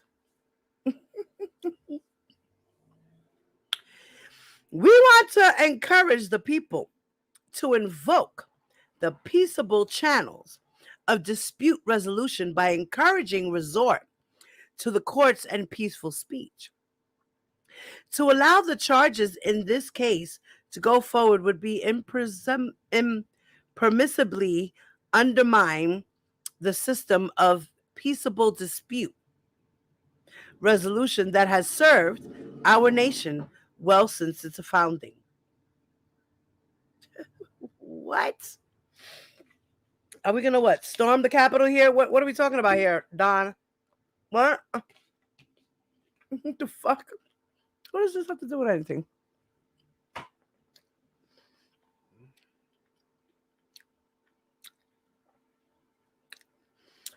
The government should not be allowed to avoid the Second Circuit's clear decision in Kim by switching its theory of wrongdoing to interstate stalking. What? Yeah, interstate stalking. You were in Chicago and she was in New York or in Texas. That's interstate stalking.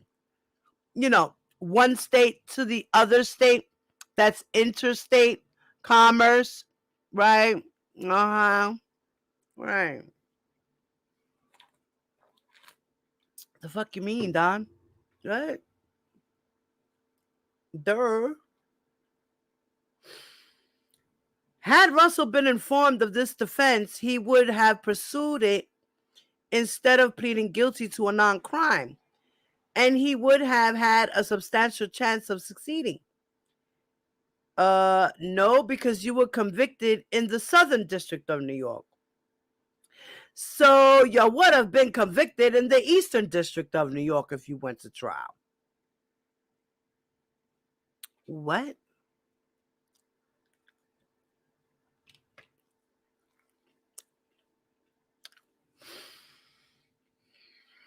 Then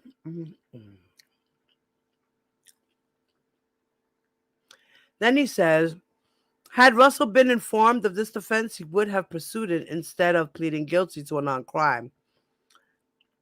And he would have had a substantial chance of succeeding.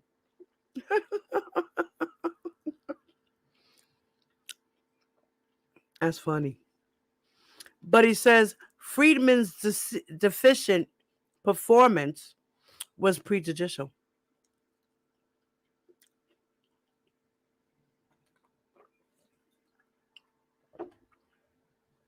Now,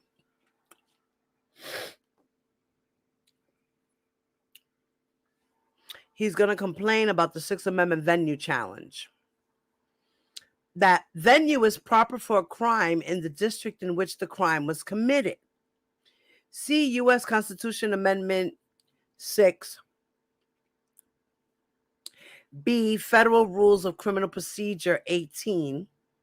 See also the United States Constitution, Article 3, Section 2. I don't know what CL means. 3.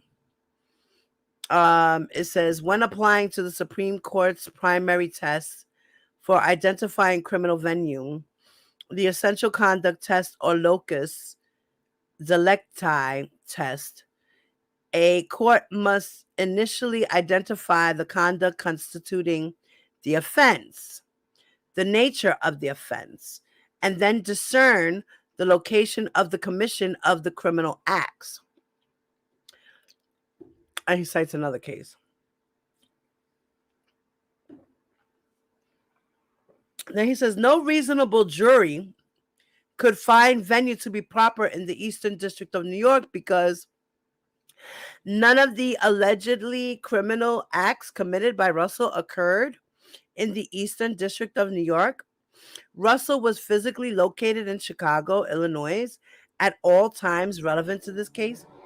None of his communications passed through the Eastern District of New York.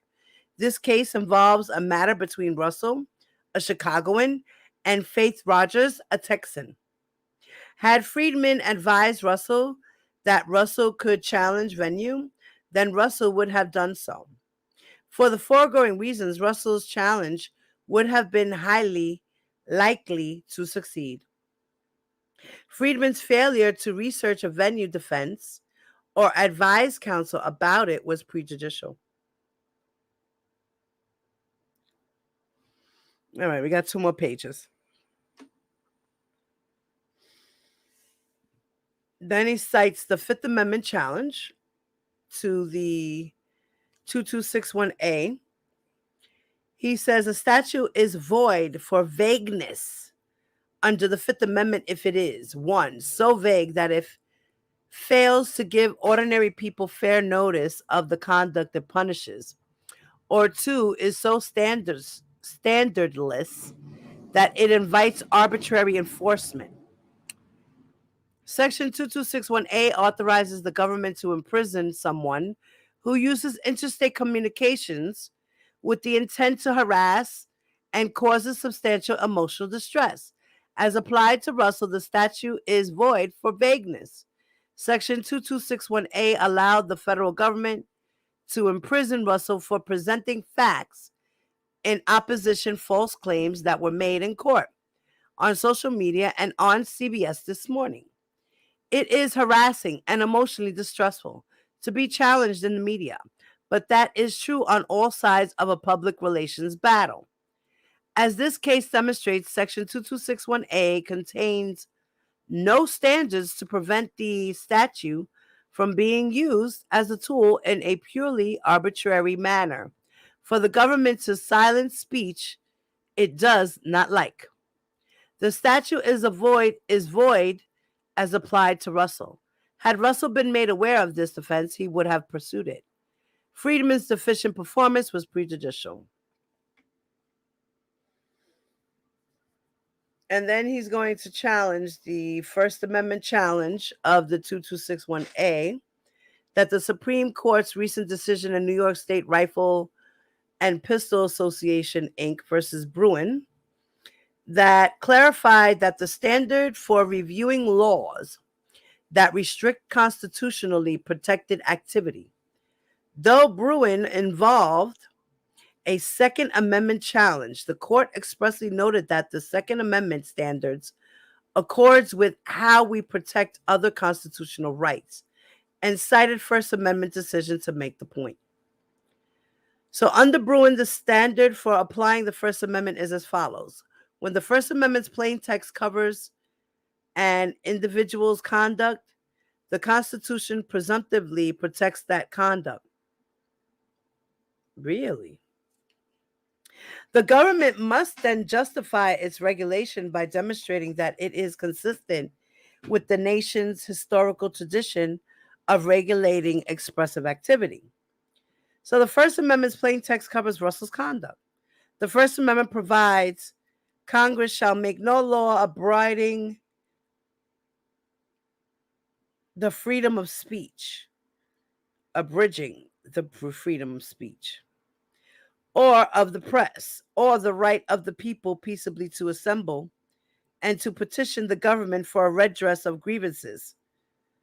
So he's saying that those text messages and the things that he wanted to say was freedom of speech. He could say whatever the fuck he wants to say, whoever he wants to say it to. Freedom of speech. Mm-hmm.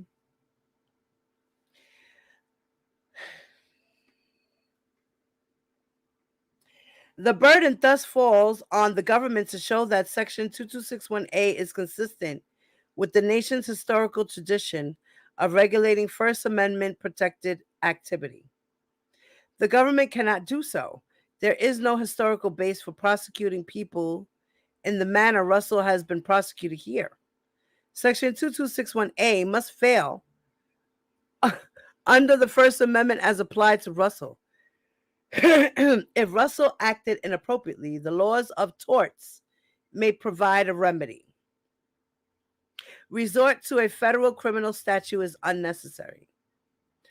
Oh, so instead of taking you to court criminally, it would have been better if she would have sued you civilly. But they did sue you civilly because of the threat you made and the stress that you caused on them in their life in that moment. So I guess it pretty much makes up for everything. Yep, just make sure you pay. Okay? Make sure you pay the Rogers and Miss Martinez and Mr. Pratt and everyone else that's involved in there. Thanks. Okay? Because you were the one who was an idiot for being Captain Save-A-Ho. So I asked Joseph Coe. Okay. Then he cites a law. Then he says Russell would have pursued a First Amendment defense had Freeman performed effectively. Freeman's deficient performance was prejudicial. For the reasons set forth above, Russell was convicted in violation of his Sixth Amendment right to the effective assistance of counsel. Conclusions: the court should grant Russell's motion. Respectfully submitted, Don Russell, September 12, 2023, from the correctional facility in Sandstone, Minnesota. That's where he's at. He's in Sandstone, Minnesota.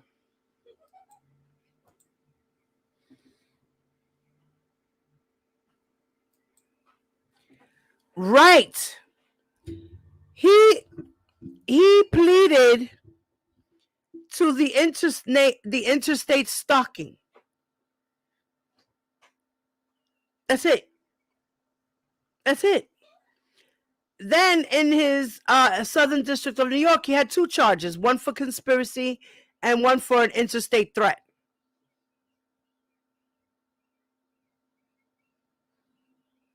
Hey, Nanya. Hi, baby.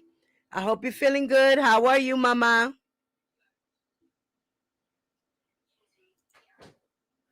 Diva, are you sure that your name and all of the Oak Cove members' names are not on that documents? I have a feeling that all of you read the documents, and that's why he's in jail.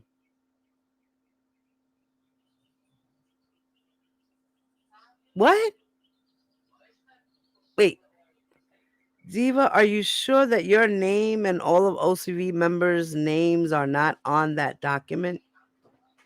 On what document? What do you...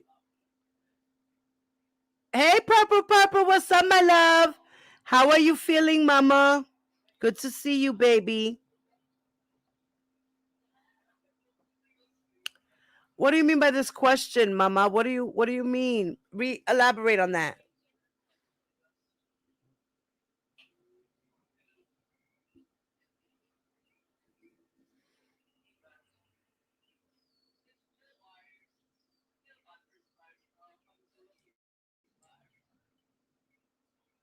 Okay, let me hold on. Let me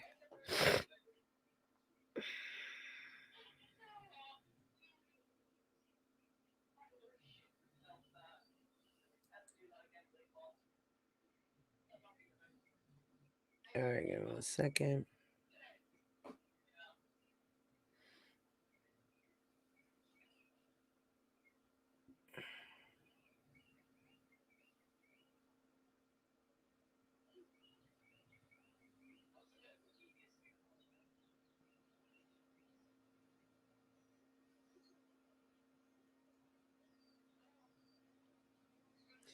See here, I'm confused. I gotta go back.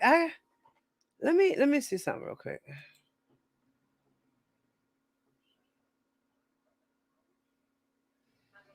I think people are confusing this shit everywhere. Hold on.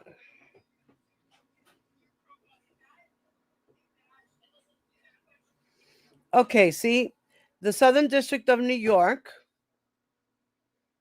the Federal Bureau of Investigations announced that Donnell Russell, manager of music recording artist Robert Kelly, better known as R. Kelly, was charged in 2 counts with threatening physical harm by interstate communication and conspiracy to do the same for placing a threatening phone call to a theater in Manhattan to prevent the December 4th, 2018 screening of a docuseries exploring allegations of R. Kelly's sexual abuse of minor girls and adult women. Russell is expected to make his initial appearance later today before the United States Magistrate Judge Ona T. Wang. The acting attorney said that Don Russell used threats of violence to stop a screening of a docuseries devoted to exploring allegations of sexual abuse against women and minors girls by the recording artist R. Kelly by allegedly threatening a shooting at the theater. Russell prevented the screening, which was attended by a number of R. Kelly's alleged victims. Threats of gun violence aimed at intimidating and silencing victims of sexual abuse are unlawful as well as unacceptable. Okay? So, in the Southern District of New York, they dropped the conspiracy charges against him.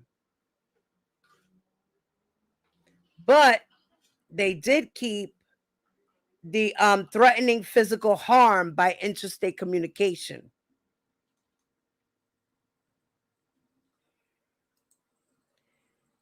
And then here it says that, so this is why I'm confused. So, okay. So, right. Okay. So he did get 20 months. I don't understand here. Wait. I'm so confused by all of this shit.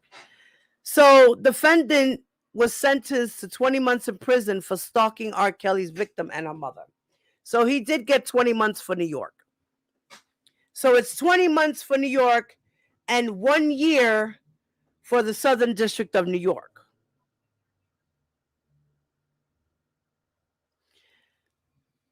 So, okay, I need to correct myself, guys. All right. So he did get 20 months in prison for stalking the Rogers. Okay. And then he got 12 months for the interstate commerce threat. And the other charge was dropped. So he only got 12 months in the Southern District of New York. And he got 20 months for the Eastern District of New York. My apologies, guys. I needed to go back. I knew I was discombobulated somewhere. It's just so much stuff. And trying to remember it all, you know.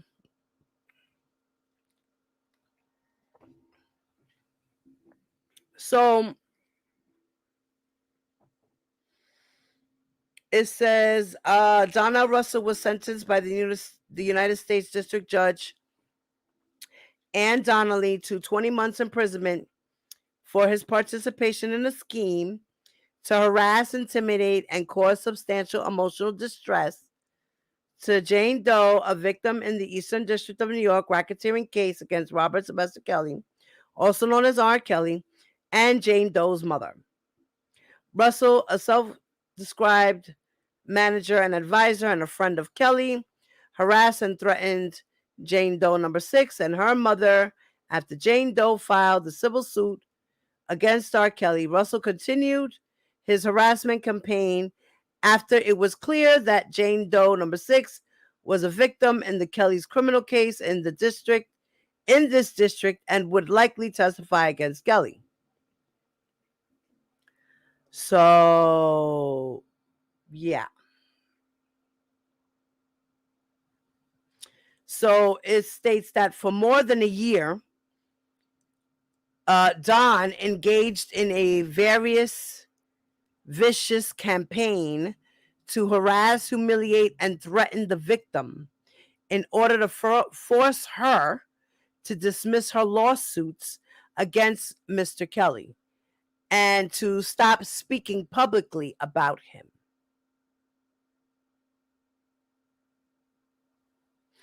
The punishment meted out to the defendant today is a victory for crime victims, particularly those of sexual assault and abuse, who are often reluctant to come forward to law enforcement or pursue legal recourse, given the trauma and fear of retaliation, association with publicity discussing their events.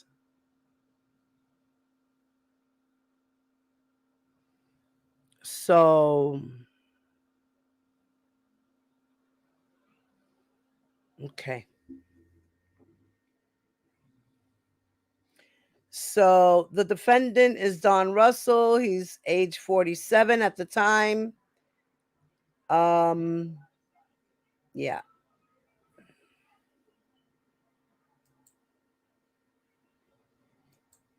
So that's crazy, you know. Let's go back in time and listen to a little bit of Don in this video. Give me a sec.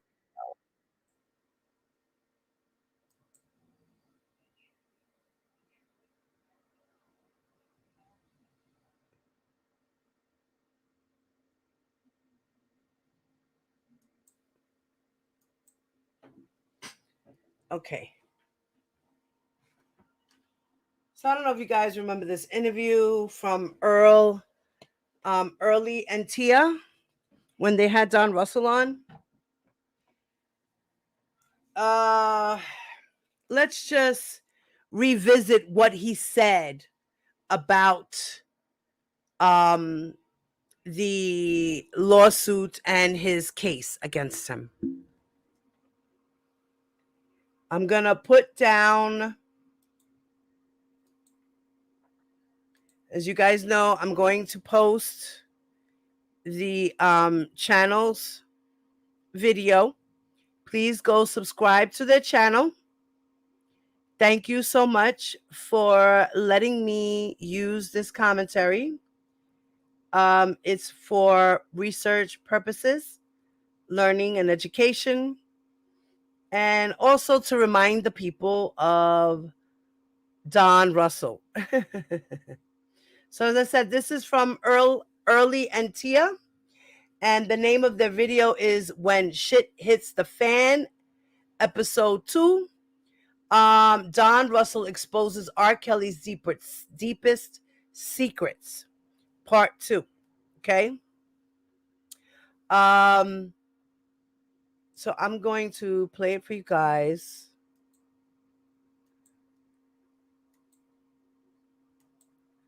And I'm going to step off the screen for a minute as well.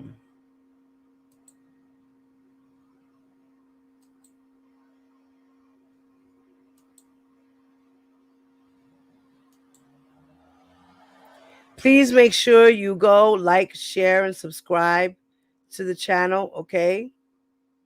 Thank you, guys.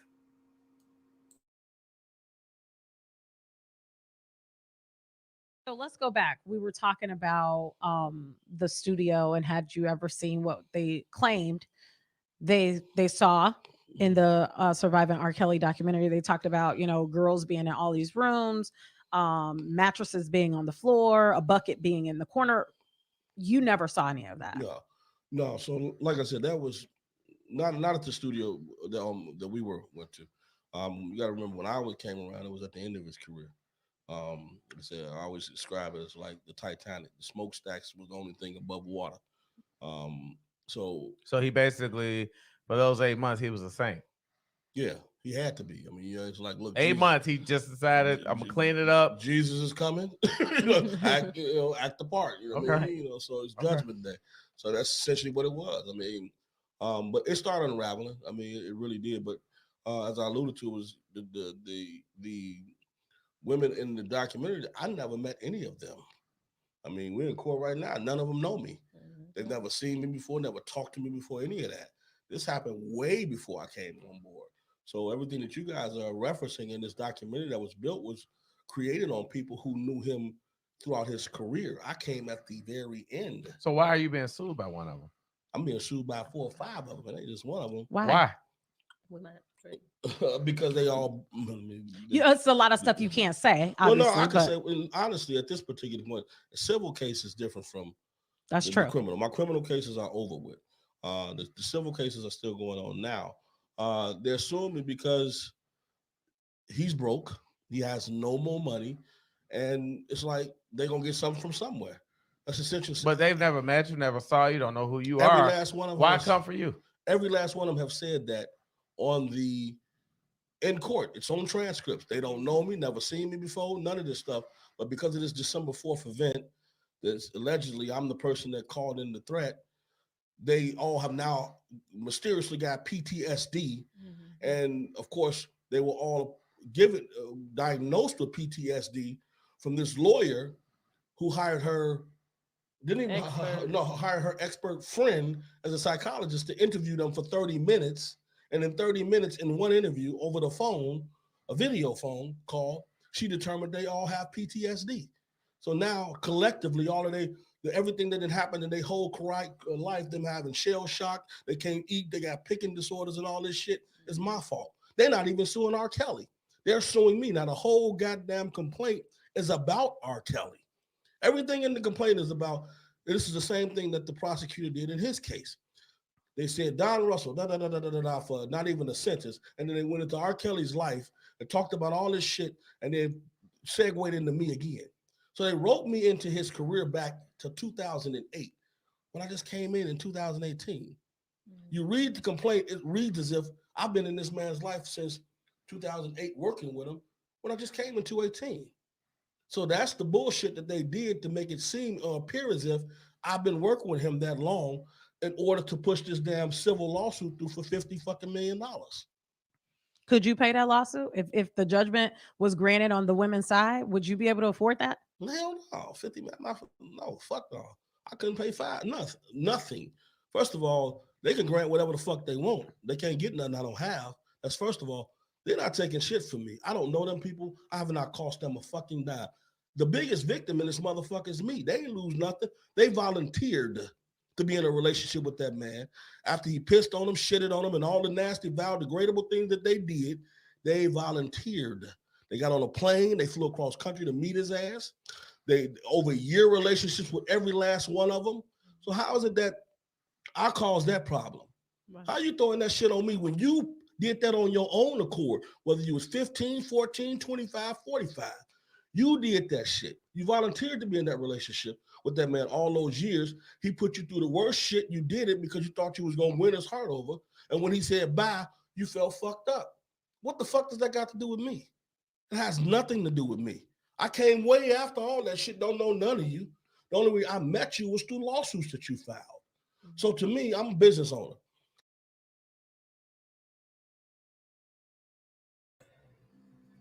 But yet again, he put on his Captain Save-A-Hole cap, split 2 files,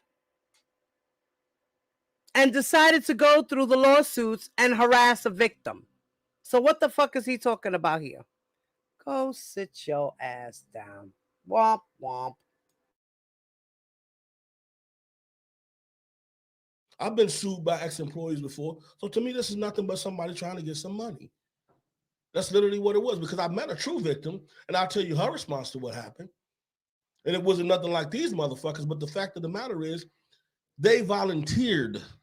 It's like if you keep going to see a motherfucker and you're getting the same result every time you go see him, that's on you. That ain't on him.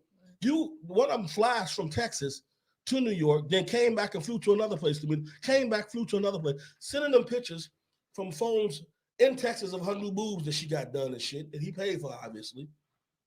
From Texas, though.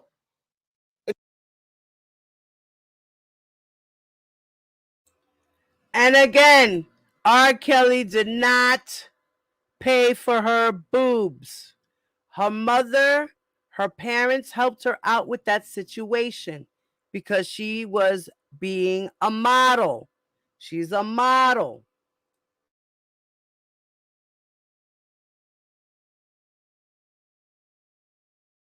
And then got on the plane and flew to go see his ass. You had the option to stay your ass in Texas. If he treated you shitty the first time you went to go see him and supposedly gave you herpes and shit, why the fuck did you go back and stay in a relationship with his ass a whole year? What's the point? Why did you keep doing that? And why the fuck am I responsible for somebody who didn't even know you?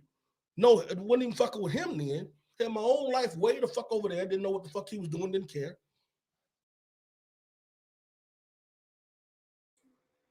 You didn't know what he was doing and you didn't care, but yet again, you put on your cape to be a Captain Save-A-Ho.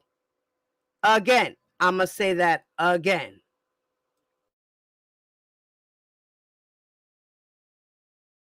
You gonna sue me now? Because this one event has prompted you to lose your mind and got PTS fucking D because you went to a venue to talk about what he did to you, and now you got shell shocked because somebody called in a threat, which it was never announced. I sat in the trial. It was about me.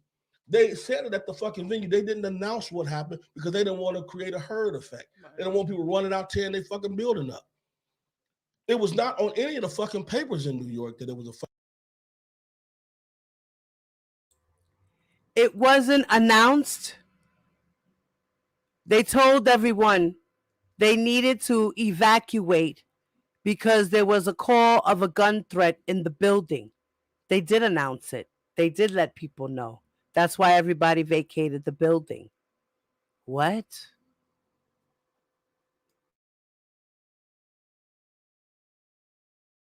Fucking threat. You're talking about New York. Twin Towers, all that shit. Bomb threat in New York gonna get all type of fucking coverage. It was Lifetime's fucking event. Why the fuck didn't they come after me? So no, somebody said that shit, and it was an informant who did that shit, who they put inside to stir all this shit up. The same informant's cousin blew up one of them girls' fucking car. They tried to connect me with this motherfucker. I don't know him. There's no history of me ever knowing this motherfucker. Michael. He's saying that Michael Williams was an informant. Williams, he's doing time now, but he was connected to this fucking I can't say her name, but anyway, she was a publicist first for Lifetime, which is how we met her. She claimed she was involved with worked for Lifetime, and she was hearing all these stories from these girls, and they was lying. She was sick of hearing it, so she wanted to send the information over to us to help our side out. She first met a guy named Julius, who Julius trying to hit on her. So then she found out that some guy named Don was in charge, which is me. So she found me on Facebook. Don, I'm trying to get y'all information on this stuff for Lifetime, all these girls online. So she just started sending shit. So this is the girl who I would meet, and I told Rob, stay away from her, because ain't no telling, she's too all over the place. And she seemed like she's the one to get next to you. She's the one that wrote the book Daddy's Little Girl, or whatever, Daddy's Little, whatever the shit it was called, which is all a fucking lie. This girl was starting fires every fucking place. She was recording, she went and fucked Tim Savage or Angelo Curry, one of the two of them, recorded all of their conversations, sending them to me, sending all of the shit that Lifetime was saying they knew that the girls was lying to me, and I'm letting Rob hear all of this shit. So I'm like, this shit is a hot mess. So her cousin,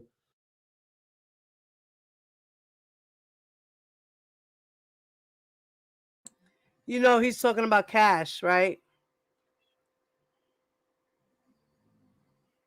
Yes, Julius is the guy that testified for R. Kelly.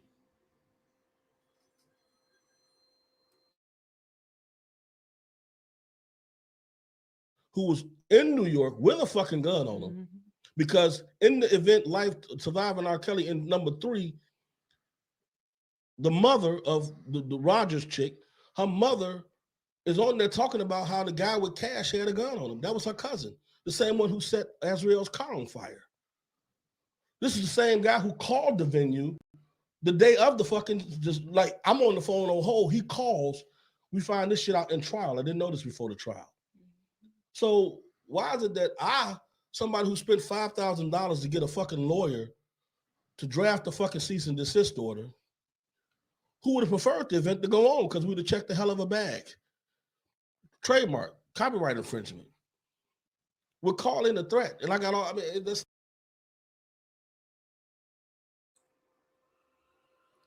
He's saying that Michael, what's his name? I'm sorry, Brian Nix is the one who drew up the paper.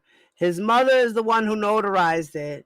And we all know that he's the one who tried to deliver it and tried to execute the plan.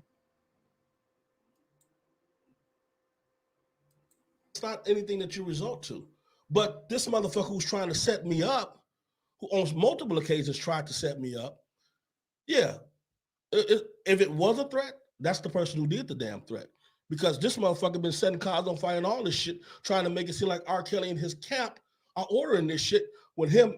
And then the girl, the publicist, the same publicist chick, did an interview where she talked about how they used me. I've been working for the FBI this whole time. We used Don. Don was a pawn. So they did all this shit. They did all this shit because, one, you have to have an enterprise. Everybody in Rob's camp cooperated. I was the only one that told him, no, I'm not cooperating. Hey, Flawless. You're not going to cooperate. So we're going to spank your ass. That's exactly what happened. It had nothing to do with me not cooperating. I don't know them heifers. I never met one of them a day in their fucking life. They have all said it in trial right now. We're in trial right now. I got to be back on the 17th. The last day they interviewed everybody. Have you met Mr. Russell? I'm representing myself. No. Have you ever seen him before? No. Have you ever came across him? No. So why the fuck you sued me for $50 million? Because of this fucking event? Well, if you were sitting in court,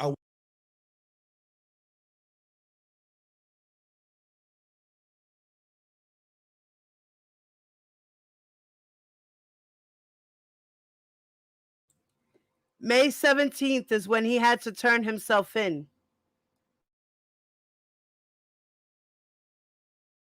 won the case because the guy that talked to the Kresnicki who testified is the only person I talked to stated it wasn't him. He said it was a guy from New York. I can tell from the accent that he had in his voice that called this threat in. We've got all of the 911 calls, everything that shows him calling.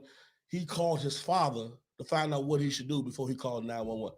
How much of a threat could that have been? You call your father before you call 911, and then you go down and talk to security and all that shit, and you decide, okay, you know what? Let's go and let's go and let everybody out of here. But we're gonna do it peacefully because we don't want them to tear up our fucking place. So all of that's on record. What I agreed to saying is on record. I did not agree on record, and I pled guilty to what I agreed to. What I agreed to is on the fucking transcripts right now was when they asked me, Mr. Russell, on December 4th, did you purposely mean to intimidate Mrs. Rogers? I said, okay, my intimidator, what do you mean? What did I say? No, the first one was that you threatened her. I said, okay, by threatening her, can you repeat to me what I said? I want to agree to what I said. And I said, let's take it a little farther back. When she called me, because I didn't call her. I never had any contact information on them. Cash gave them my number. She called me. And that's on record. So they said, when you spoke with her and you threatened that you would say this exactly right. You threatened her stating that you would file charges against her if she continued to reach out to you. I said, yes, that's what I said. That's what the threat was. I threatened her with filing charges against her. Then they read the next one. Mr. Russell, did you or did you not mean to intimidate Mrs. Rogers when you spoke with her on the phone? I said, okay, well, can we go over what was said that was so intimidating? I said, well, and let's go back. When she called me and cursed me out, first, I responded by saying, yes, you have a potty mouth to be the first lady of a church, and you really need to be careful who you calling with this shit. And I hung up on her ass. I own my own shit. I don't desire, nor did I invite that call. She called me, so she deserved to get a response for what she called me on. The last one, did you purposely mean to embarrass the other Rogers girl when you sent nude pictures of her to Lifetime?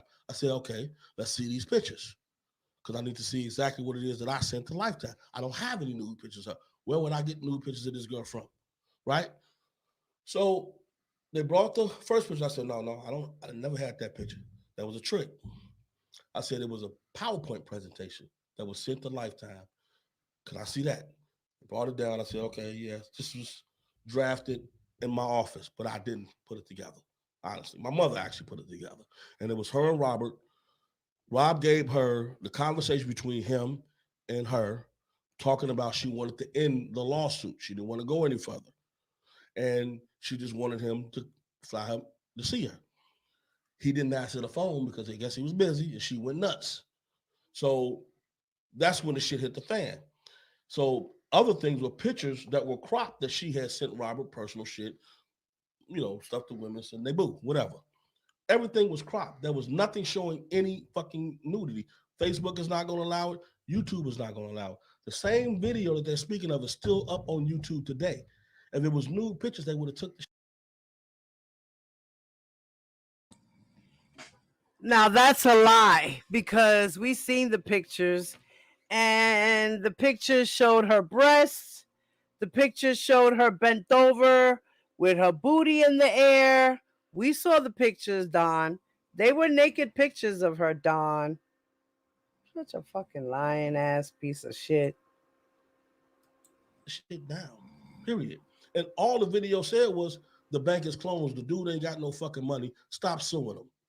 So we sent that to Lifetime. We sent that to her attorney that was suing, and we sent that to the court. So that was as much as it went. And it wasn't me. It was done from my office. So what I said to them was, because it was done from my office, I will take full responsibility for it. But no, it was not intended to embarrass her. My office was simply negotiating with Lifetime an alternative called Surviving Lies to expose who the women, now that they knew who the women were. And I said, but if it did embarrass her, my apologies. And that was it. That's what I pled guilty to. Those are the charges that I pled guilty to. So if you read the transcripts, that's exactly what's in there. So you didn't create the Surviving the Lies Facebook page that showed nude pictures of girls? There was never any nude pictures ever being shown. We never had any. Got it. Surviving the Lies was Cash. Cash Jones did that. I did Surviving Lies, but she did Surviving the Lies. She was taking forever to come out with. I said, Cash, you got all this stuff that you done, and these pictures that whatever you done got from these people. What's taking you so long to put it out? So I sent her $500.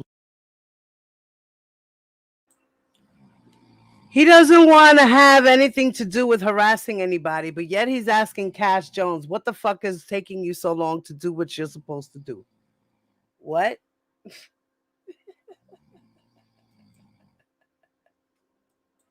Which is noted to put this, because she's like, nah, my money's low. I got to pay for this, which was a fucking lie. She didn't need it. I got to pay for the hosting and all. Cash Jones did that. I did Surviving Lies, but she did Surviving the Lies. She was taking forever to come out with. I said, Cash, you got all this stuff that you done, and these pictures that whatever you done got from these people. What's taking you so long to put it out? So I sent her $500, which is noted to put this, because she's like, nah, my money's low. I got to pay for this, which was a fucking lie. She didn't need it. I got to pay for the hosting and all this stuff. I said, okay, fine. I'll send you the money. I sent it to her via Cash App or something like that. And she never put it out. So what I did was open up a Facebook page called Surviving Lies. And we put out the same PowerPoint presentation that we sent over to Lifetime. There was no nude pictures ever on there. So now this is the part in and you can Surviving R. Kelly where she said that someone asked to meet with her. It was the mom and the dad. Right. Yeah. This is the part we're And talking they went into about. a right? restaurant. And they went into a The guy had the restaurant. gun, right. That's not so you. now are you the person that had the gun? No, that's Cash and her uncle. A cousin, the same guy who set the cars on fire. So you're not the person that I had the gun? wasn't even in New York. I was in Chicago. Okay. I never went to New York. I've never been Well, to New I mean, I'm just clearing it up because, there were rumors that was you. No, hell no. That was her and her cousin. So I want to go back to something you said, because when you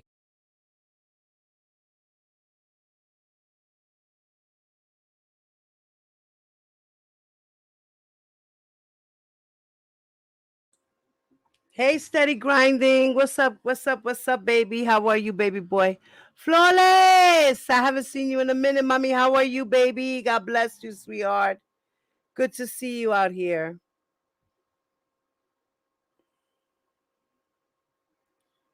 So Don is a con.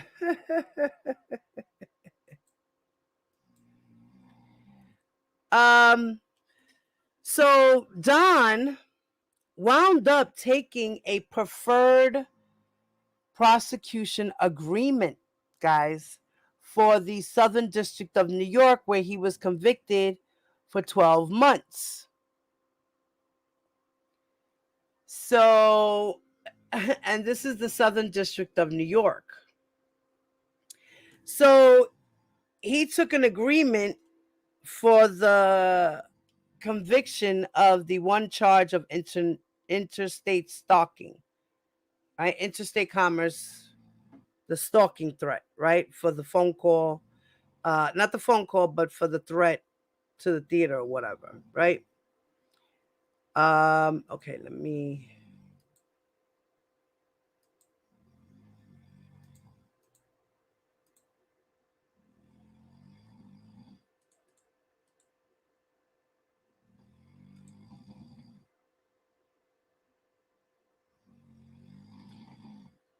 So the United States District Court of the Southern District of New York no,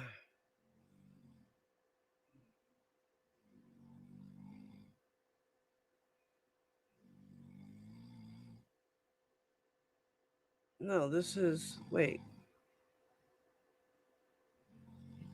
Oh no, this is,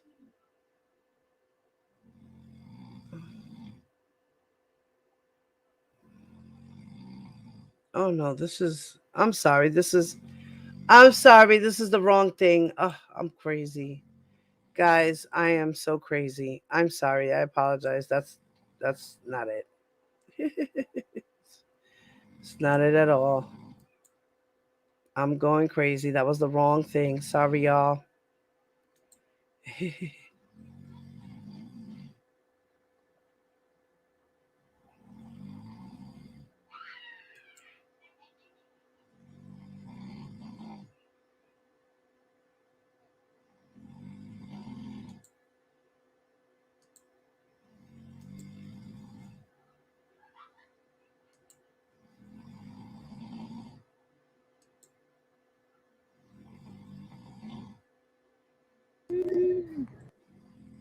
All right, so this is Don Russell coming out of the Eastern District of New York.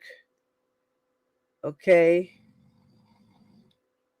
It says the Brooklyn video. This is from Inner City Press. This is Matthew Russell. He says that R. Kelly's self-described manager, Donnell Russell, pled guilty to harassing Jane Doe with a 33-month plea deal. Inner City Press asked him and counsel some questions outside of New York.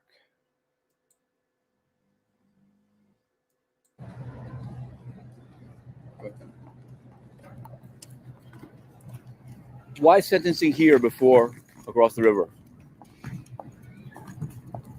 And did you know you were going to plead before the verdict on Friday?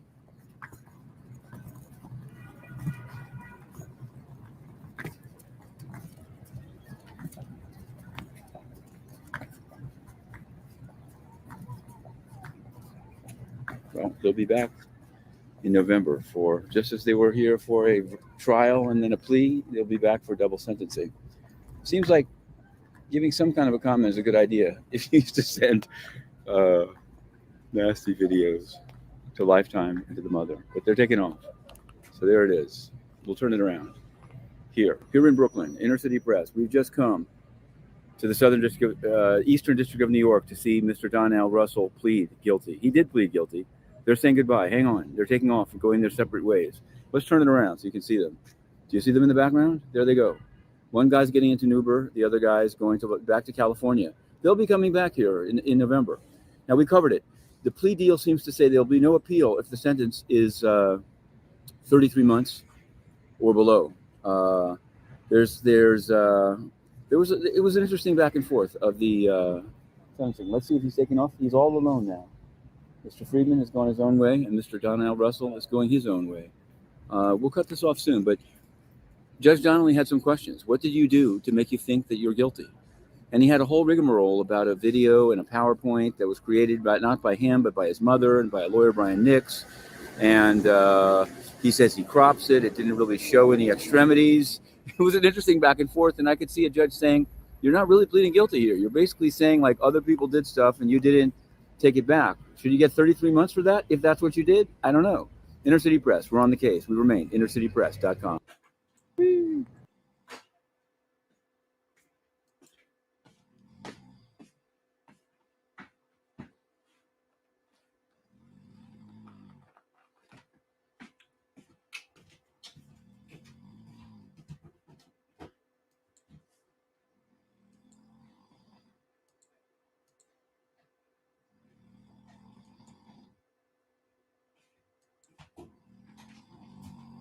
Guilty plea of Mr. Donnell Russell.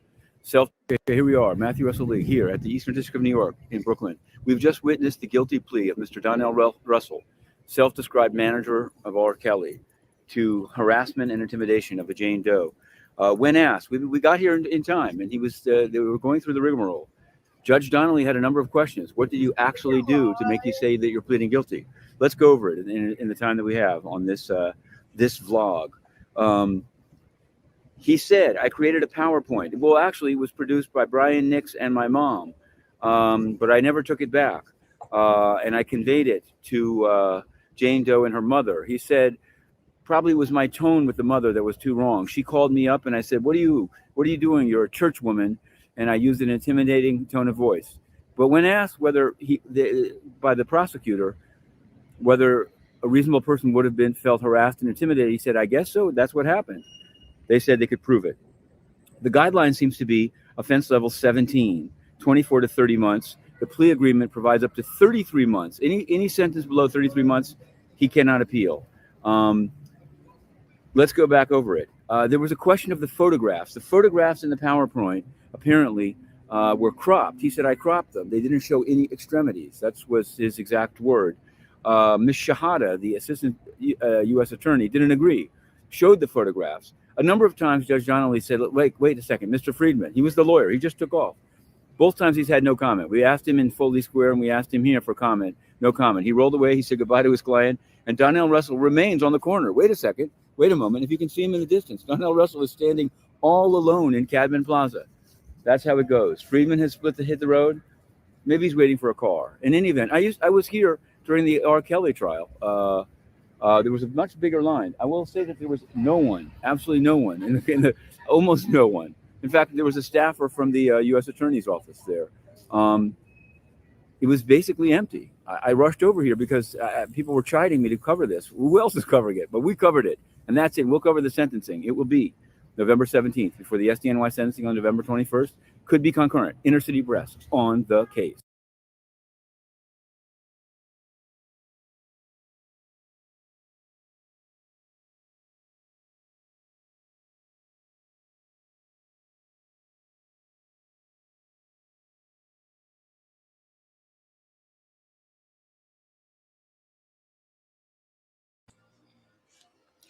All right, and that was that, guys.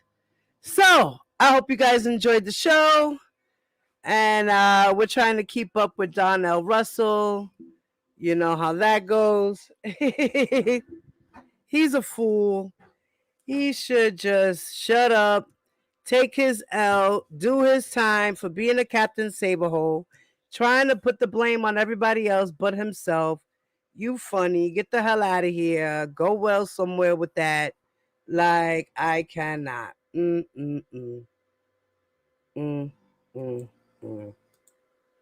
Poor excuse. Poor excuse.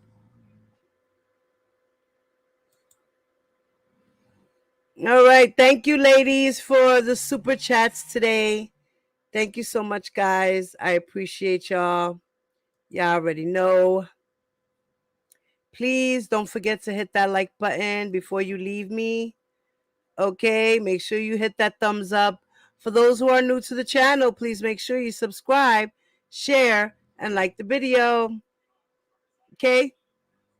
And your girl, Diva Divine Light, is out. Peace. You are watching Diva Divine Light. You can fuck with me if these is red bottoms, these is bloody shoes. Hit the scoop, I can get them both. I don't want to choose, and I'm quick. Cut every nigga off, so don't get comfortable. Look, I don't dance now, I make money move. Now I gotta dance, I make money move. If I see you now, that means I don't fuck with you.